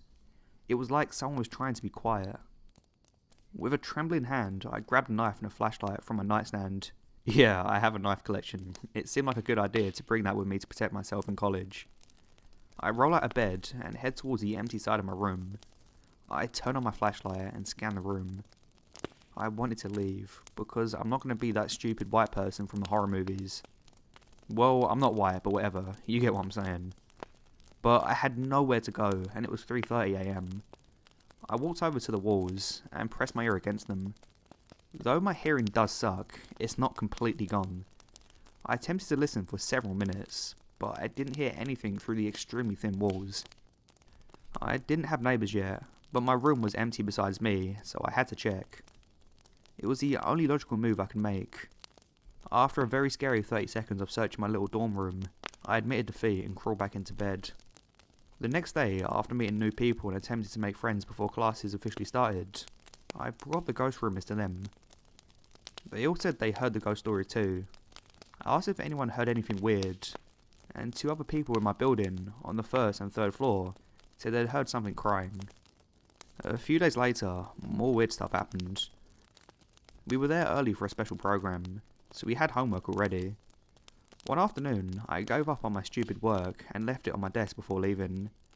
When I got back 3 hours later, the papers were scattered all around my room and all over the floor. I simply joked about this to my friends, saying, "The ghosts must hate this class too." No, nobody else had the key to my room, and I didn't have a roommate yet, no RA, and no cleaning services. One person dismissed my ghost claims by saying it was just the AC moving the paper. My homework being thrown everywhere happens a few times, and sometimes it wasn't just papers, pens, folders, blinders, and even a protein bar once. I haven't known any cold AC units to be able to move protein bars and books. The morning after one of the first nights I stayed over at Casey's room, she told me something that still terrifies me. We were up pretty late, so when I eventually passed out in her arms, I was out. I can be a heavy sleeper at times. We woke to a phone ringing. My mum had tracked my phone, then freaked out when she noticed I wasn't home. Talk about an embarrassing phone call. One that had to happen over FaceTime because we were both hearing impaired. Her ears are much worse than mine. After I'd taken care of the messy parents itch, all Casey said was, "Sorry you got yelled at. She sounds a bit like a helicopter." When she noticed how embarrassed I was, she reassured me with a kiss, then gasped in realization. I asked what was wrong. "Something really weird happened last night, but..." "What? Am I that bad?" I asked jokingly. She shoots me a look that essentially says, "Shut up, idiot." "Just listen for a second. I don't think you'll believe me, but I don't really have anyone else to tell, and well, it did happen to you." When Casey sounds scared, something must be really bad, so I shut up and listened. "Last night, after you fell asleep, you started talking. Do you talk in your sleep often?" Casey asked, unable to hide her fear in her voice any longer. Unfortunately, I was no help. "No, I never really have. Not to my knowledge at least. And you know how my ex and I used to live together for months? She would have said something." I instantly regretted bringing up my ex with my new girlfriend, but thankfully Casey overlooked it. "Damn," Casey said through gritted teeth. I sat up asking what was wrong. "Okay, well, last night around 3:33, I know because I checked my phone, you started talking in your sleep, but it didn't sound like you." "Casey, what do you mean?" "The accent was different. The voice was deeper. You were saying the weirdest stuff too," Casey tried to explain. "Like what?" I asked. "What did I say?" "You said, 'Where's my bag? I left it on the 3rd floor.' What do you mean you don't know? What hotel is this? Great service." "Seriously, I said that?" I asked, perplexed. I vaguely remembered my dreams from the night before. They had everything to do with Casey, very little to do with a hotel. I told him my dreams had nothing to do with a hotel. "Yeah, you did. A bunch of other weird stuff too. You sounded like you'd been possessed by someone who died in a hotel." Casey's a firm believer in the supernatural, but I shook my head in disbelief. "There's no way. It's not possible." "How else do you explain it?" "We still don't quite know how. The last story I was debating on sharing because it was weird and mildly weird of me to put on the internet, but oh well, here it goes. So 2 days ago, I was exhausted from my early classes, late night studying before. Of course, I went to my dorm room after lunch for a well-deserved nap. Before I passed out, I thought to myself, man, I really should have taken my bra off before getting in bed, but I was too tired to move. I passed out. It was just like that sometimes. When I woke up, my bra was gone, nobody was in the room, and I slept lightly during naps, so I probably would have felt or heard someone. I've never sleepwalked, so I genuinely have no idea what happened to me. So there are those stories that I can think of from the cryptid zone and beyond. Tell me what you think below. Also, I'm thinking about interviewing Joey and posting that next. He's an unusual man, that's for sure. When I asked where he was from when I first met him, he simply said, "I'm from around." He paused, realising he sounded too cryptic. "Around here." See you all next time, unless a ghost gets me.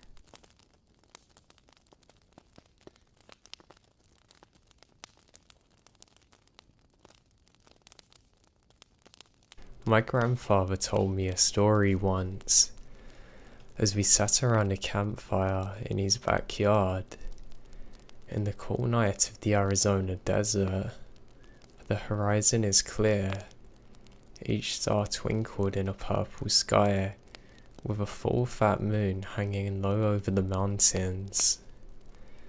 His voice is raspy and gravelly, the result of a lifetime of smoking cigars and drinking whiskey. The fire danced and shined across his dark eyes as he settled into his seat, ready to tell his story. Way back when I was a boy, about your age, I lived outside an Apache reservation with your great-grandfather. He returned from the war, setting about raising cattle. Now, this is on a 100-acre ranch, settled between a mountainside, with dirt good for growing thorn bush and not much else. One night, my mum was sick, and my pa and I took a trip into town, about 50 miles away, straight through a dry desert, over a washed out creek, and some old abandoned farmsteads. A fire sparked and a log crackled, jolting me out of the story. So Pa and I driving in an old Ford pickup truck. I remember this dark out, inky and thick, with only the lights out of our old truck lighting up the road. I remember too, when the engine began to sputter and the truck slowed to a jerky stop. God damn it, Pa said, guiding the Ford to one side of the road as it coasted to a halt. Stay here, son, he says as he steps out into darkness, shutting the door with a heavy thud. My window was down, and the cool desert air was breezy and felt good on my hot face and neck. Pa was getting water from the back to cool the engine, and that's when I smelt it. A rotten smell. Strange, I thought. Why could I smell sulfur in the desert? My nose also picked up on some weird rotten tomato smell, almost like one of the dead bloated cattle from the heat. You know where the crows come and pick holes in the side of them? It was foul and I gagged. My skin began to tingle too, and the back of my neck felt itchy. My face is getting hot. The wind had stopped blowing and hung still and heavy, with the stink filling the cab. Pa, I called. Dad. No answer. My heart started beating, and I felt fear in my bones, in my chest. Boy, I tell you, I've never felt anything like it. Not until Vietnam. I locked the door and reach over for my dad's door. I see a shadow bound across the road, through the dim beams of the light, across the partly open doomed hood. My grandfather paused. He spit a fat wad of tobacco off to the side. He looked passively into the darkness. I realized I was holding my breath. So what happened? He sighs, a creature, and shakes his head. You have to understand that there were legends, older than the rocks of these valleys, older still than Crazy Horse and Sitting Bull, than the old Injun chiefs and their shams, the Apache, the Hove, and the Cherokee. All of them old tribes and First Peoples, they told tales, old stories about dark Injun magic, a deal made with old spirits, a blood sacrifice to gain power. Old power, enough to fight each other and the Spaniards, And later, the white men, he come for their land. They called them. He paused. Grandfather took a deep breath and plodded forward in his towel. Across the fire and the sky and the desert, the creek, the moon, the sun and old mountains. They call them skinwalkers, shape changers, old warriors resurrected as skinless men. With muscle, walking on deer legs, with the torso of a man, the head of a coyote, but really messed up, with long and malformed snouts, teeth like a bowie knife, long arms, standing 7 foot, even hunched over. They'd got the old cowboys and white riders. They'd run through bullets and sabers, part the Spanish armor like a potato sack. Wily too, and they could change their voice to match a person you might know. Boy, that's when I saw a big and fast. I don't know what it was, only for a second. It runs across the road, grey and molted, muscles flexing under its legs, hooves clumping on the road, stringy muscle hunched over shoulders, and it turned, looking right into the cab and into my eyes, and I swear, boy, it grinned at me. I sank into my seat in shock, in fear, shaken. I knew death was near. The air was erratic. I smelled ozone and brimstone. The air felt like right before the lightning comes and blows a tree. Charged full with power. I yelled for my dad, but no words come out. I was shaken. As my grandfather told his story, he was still here. So I know he lived, but the supernatural always fascinated me. Even now, I feel the force of his words. Now the real power of the skinwalkers was tricky. They could change their voices, but also their skin. That's why the gods took their hide, so they could take others. Not for long, the legend says, maybe an hour before the soul of the skin they wore would come looking for their mortal shell before going to whatever hell awaited them. Though I think getting skinned alive was hell. A minute passes in what felt like a lifetime. 1 second in 1,000 years. My father's door opened and I jerked my head to left, putting my fist up to fend off an attack. "Son, it's me," my dad said, before climbing into his cab. He grasped the steering wheel, pulling himself awkwardly, jerking into the seat. I cringed into the corner looking at him, looking hard. "Boy, your great-grandfather was a good man, treated me and my ma right. He fought the Nazis and saw the worst of man in Poland when he freed them in the camps. And now, I was taking his measure. Is this my father? Do I make a run or die? Is it him or not? Let's go get the medicine for your ma," as he pulls the truck into gear, pulling into the side of the road. Our trip resumed.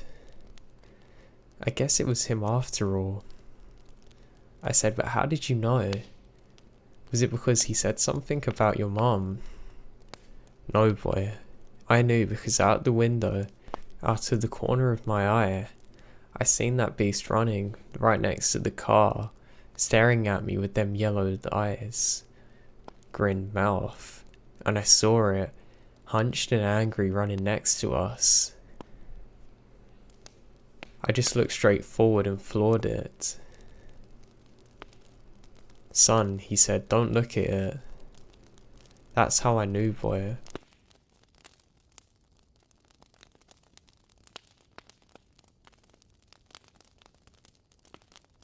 To be perfectly frank, I hate talking to Greg. My particular line of work was pleasant enough to exempt me from much face-to-face contact with him. Unfortunately, of course, some contact is inevitable. So, Greg sighed, easing his girth into the seat behind him. Why are we having this meeting? I dropped my slender frame into the opposite chair. You called me in to have a meeting, Greg. He blinked, then sighed in disappointment. You have a previously undocumented cryptid last week, which was sent to Shailene Mountain. Why was there an undocumented subject in your area? I tried not to be condescending. Because, well, if we'd known where it was, then it wouldn't have been previously undocumented. All wild subjects has to be undocumented before we can discover them. He looked at me with a mixture of confusion and disgust. I realise that finding these subjects can be frightening, Lisa, but that's no excuse to let it affect your work, he sniffed. And if you can't deal with this job, I'll find someone who can. Everybody else in your position is at least 5'8" and 160 pounds. My blood began to boil, but I'd learned long ago not to show any emotion in front of Greg. I forced a smile. I can assure you that I wasn't afraid. If you read the reviews from the extraction team and the medical report from the missing boy who I found, everyone gave me glowing reviews. Greg slowly took off his glasses before leaning forward in his chair. Lisa, I feel you are often a challenge to my authority. I learned to keep my mouth shut in these moments, but I'm sure my face was crimson. Greg sighed. The subject you picked up last week, all 167.72 kilograms of it, has been residing in the Shailene Mountains Environmental Niche Reptilian Program. It's several hundred acres of Colorado wilderness that's cleverly blockaded from any civilization entry. I nodded. Thank you for explaining that, Greg, but I was the lead consultant in designing this particular ENRP. Greg scowled. We've just got new orders from Washington, he explained gruffly. He tossed a stack of papers across the desk at me. Doibu needs to clean out his ENRP of all undocumented subjects. I stared at him in confusion. Clear out? Where do they go? Greg shrugged. Last week's subject has chromatically desirable object receptors. I think that's a phrase they used. My jaw dropped. People like his eye colour. He stared back in contemplation. When ground into a powder, it's apparently almost 3% less expensive than the lead-in black food colouring. I nearly leapt out of my chair. You're going to kill him and take his eyes out. Why? Greg sighed deeply. The federal government's official position is that it doesn't exist. What? I spat. Of course it exists. Greg shook his head. The official position is that there's no concrete evidence one way or another. So there cannot be a policy that recognises the existence of the subjects contained within the ENRP at Shailene Mountain. Therefore, Doibu has been instructed to terminate all subjects therein. I closed my eyes and pulled several hairs out. If your emotional condition prevents you from being able to complete your task, Lisa, there are stronger people who are capable. I controlled my breathing. It wasn't easy. I'm absolutely fine, Greg. But you see that the order to dispose of something inherently implies that it exists. He blinked several times. The official position is that they do not exist. I sighed. Yes, Look, never mind. If they don't exist, why not simply release him back into the wild? Why are they going to kill him? Greg gazed at me stoically. They're not going to kill him, he said matter-of-factly. You are. I stared back, slack-jawed. Well, that wraps things up, Lisa. He shot a chip of voice. I stood up to walk away, shell-shocked. You know, they really screwed up the name of our department, he explained, mostly to himself as I walked out the door. I turned back to see him brooding and grave. They call it the Department of the Interior, but it only covers the outside stuff. I had been airlifted to Shailene Mountain in a daze. By the time I'd landed, though, my resolve had returned. Though Greg had come to us in a helicopter, I knew that he was outranked once we landed on the ground. I'm not killing that cryptid, I explained to the man at the gate. I could tell that he was in charge, because everyone around him seemed to be afraid of him. He looked down at me. Okay, he responded simply. I sputtered, yeah, well, so that's it. Sure, he explained. The only reason you were requested is because they wanted the subject to be euthanized humanely. He turned away from me to stare at the Colorado sky. I felt betrayed at this moment. It would be a lot easier without that concern, the man continued, his hands clasped behind his back.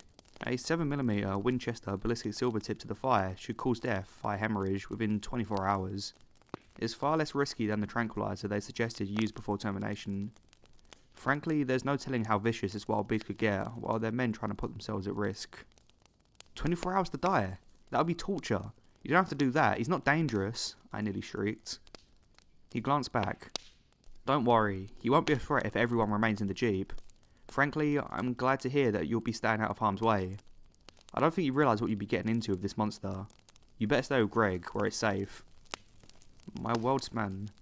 I grabbed my head in my hands and walked away from the group. I focused on the crisp alpine air. I took in the 50-mile view of the wilderness. I thought about why I took this job in the first place. Then I returned to the people in charge. I'll do it, I responded meekly. Give me the tranquilizer gun and the rifle. I blinked away a rogue tear that I was determined not to let them see. But I'll need a bag of red gummy bears to do things right. I bounced back and forth as the jeep drove farther into the wilderness of the Shaolin Mountain ENRP. The rifle slid from side to side in my lap. Did George love Lenny? Mrs. Neese asked as she walked the rows of my 7th grade class. He shot Lenny in the head. Most people declare themselves unable to do that to a person they loved. She stopped pacing, and for reasons I'll never understand, she looked directly at me. But I'll have to ask most people a very specific question. If choosing not to kill someone is a result of your own discomfort, doesn't that mean you love yourself more than you love anyone else? Here she leaned in towards me and seemed to tune everyone else out. If your definition of love isn't completely sacrificing your own comfort, then how would you define it? My hands were too numb to tremble as I filled the bolt-action rifle with its deadly contents. I loaded the chamber with a decisive snap, then returned it to my lap. I had joined Doibu because I love the unknown parts of the world. Fear is power, but only to a certain few, and extracting fear is nothing different from extracting human potential. But sometimes the task of being human requires us to build impossible hope from nothing more than broken pieces. I am being forced to kill something that I love because I love it. That much of my humanity remains intact. I turned away from the rest of the people in the jeep so I didn't have to hide my tears. The vehicle plunged onwards, unabated, into the hidden forest with the futile goal of finding something more monstrous than what was already in it.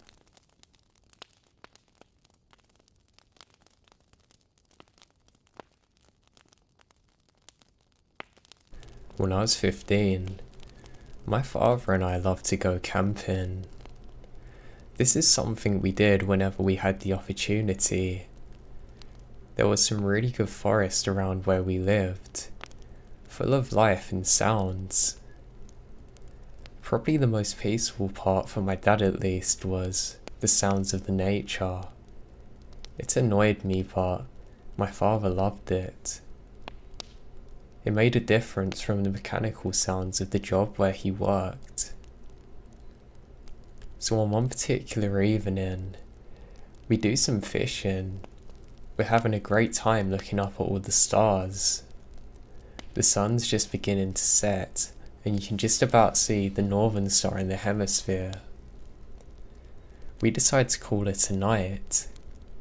Now while we're walking back to our camping site, my dad continually stops, not saying why. Now normally I just make fun of him, but I can see that he has his hand on his gun. I know something is wrong.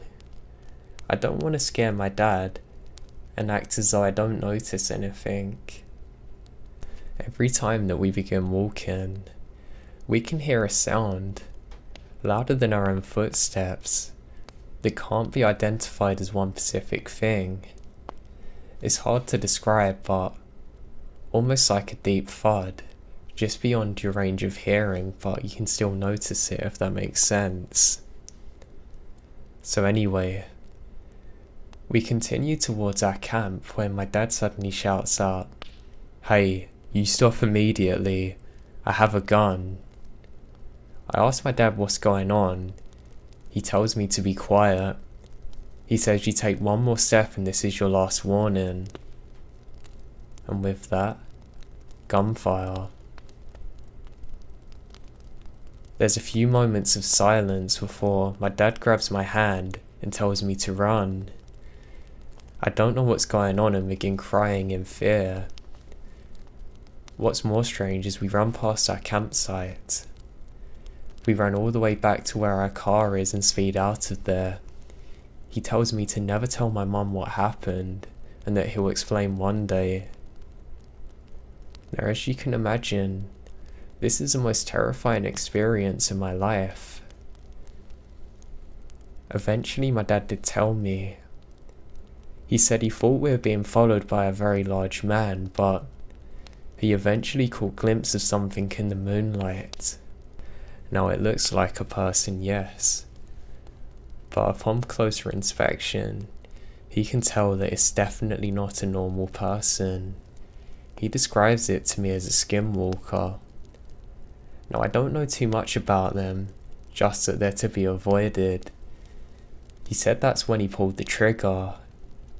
He knows he landed a direct hit on it, or at least within an inch of this creature, and it didn't even move an inch. This is when he made us begin running.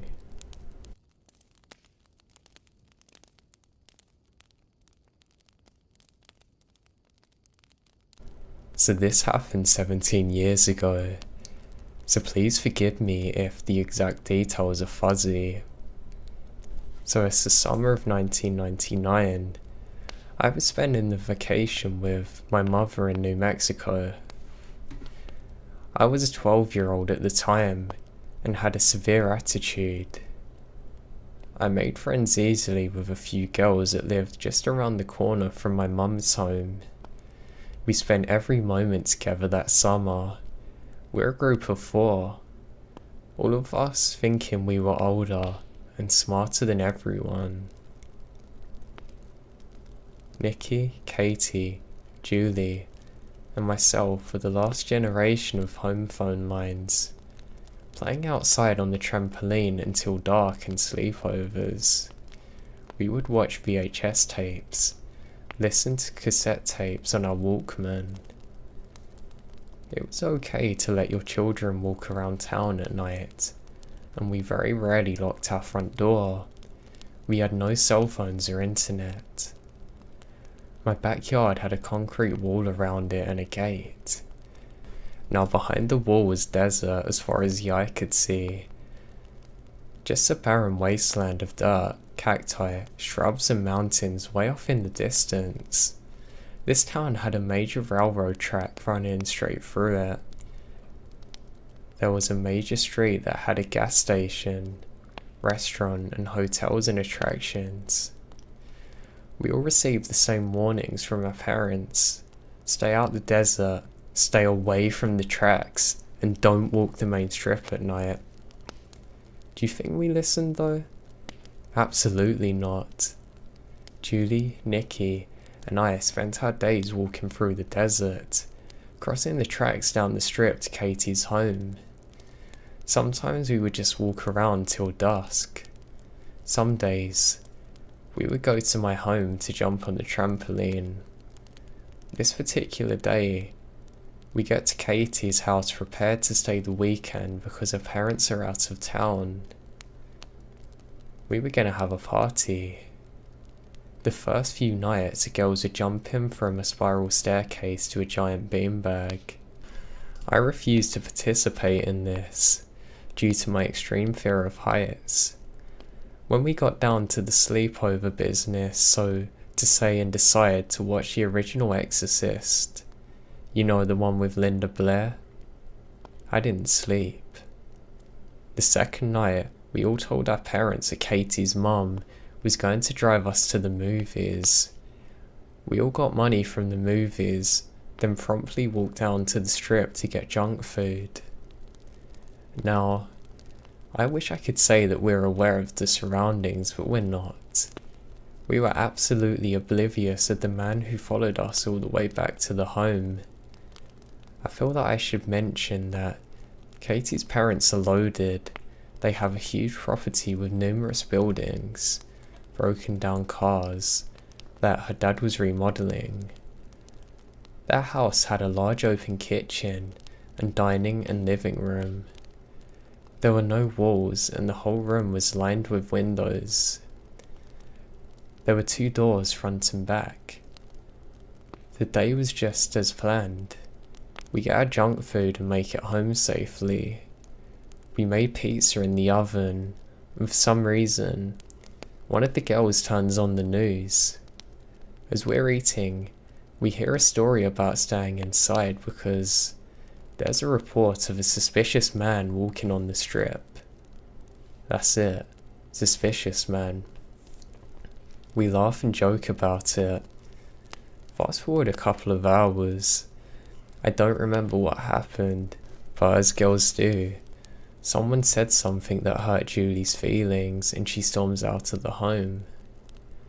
I went after her, opened the front door just in time to see her lighting a cigarette. I sat there with her on a bench while she got on about the other two. Suddenly, the air grows thick with anxiety. Julie felt it too. I quietly ask her if she feels as though she's being watched. She responds with a little nod, and then we're blinded. Someone's in a car in the driveway. My heart's racing as I stood up, pulling Julie out of the spot she seems to be stuck in. As we turned to run inside, the man made a sound. I can't describe this sound other than a high-pitched squeal that turned into a growl. I was scared beyond all reason, but somehow I'm able to get myself and Julie inside. The moment we're inside, the headlights go off. It's pitch black again. I lock the door and turn off the light. By now, Julie has regained her composure to tell the other two what's happened. As I frantically check the back door and turn every light off, I tell them to be quiet and listen by the back door. I heard the car door close. I was praying to every god that he would go away. Then, right by my cheek, the door handle started to turn slowly, now frantically. I crawl away from the door. I now move over to where my friends are. For the next 2 or 3 hours, we sat still, listening to this man bang on every window or door trying to get inside. The phone was located across the room right next to the 2 windows. I finally got up, gathering the courage to run to the phone. I call my mum. I tell her that we're all alone and someone's trying to breach the house. I hung up with her and waited. Julie screamed to the man that we called the cops, and all of a sudden, the banging stops. We sat there listening to him getting in his car. Then, the sound starts again, that turned into a growl. He's gone now. My mum and stepdad then show up, checking out the place. They found tire tracks and cigarette butts in the driveway. Whoever this was had been watching us for a while. The truly scary part is all the scratch marks on the windows and doors. Clearly not possible for a human to make. This is why I know it was a skinwalker. Needless to say, Katie spent the rest of the weekend at Nikki's house and had a great story for her parents, which of course they didn't believe. Even to this day, I'm certain this was something supernatural and not a normal person. I just hope they never come back to me.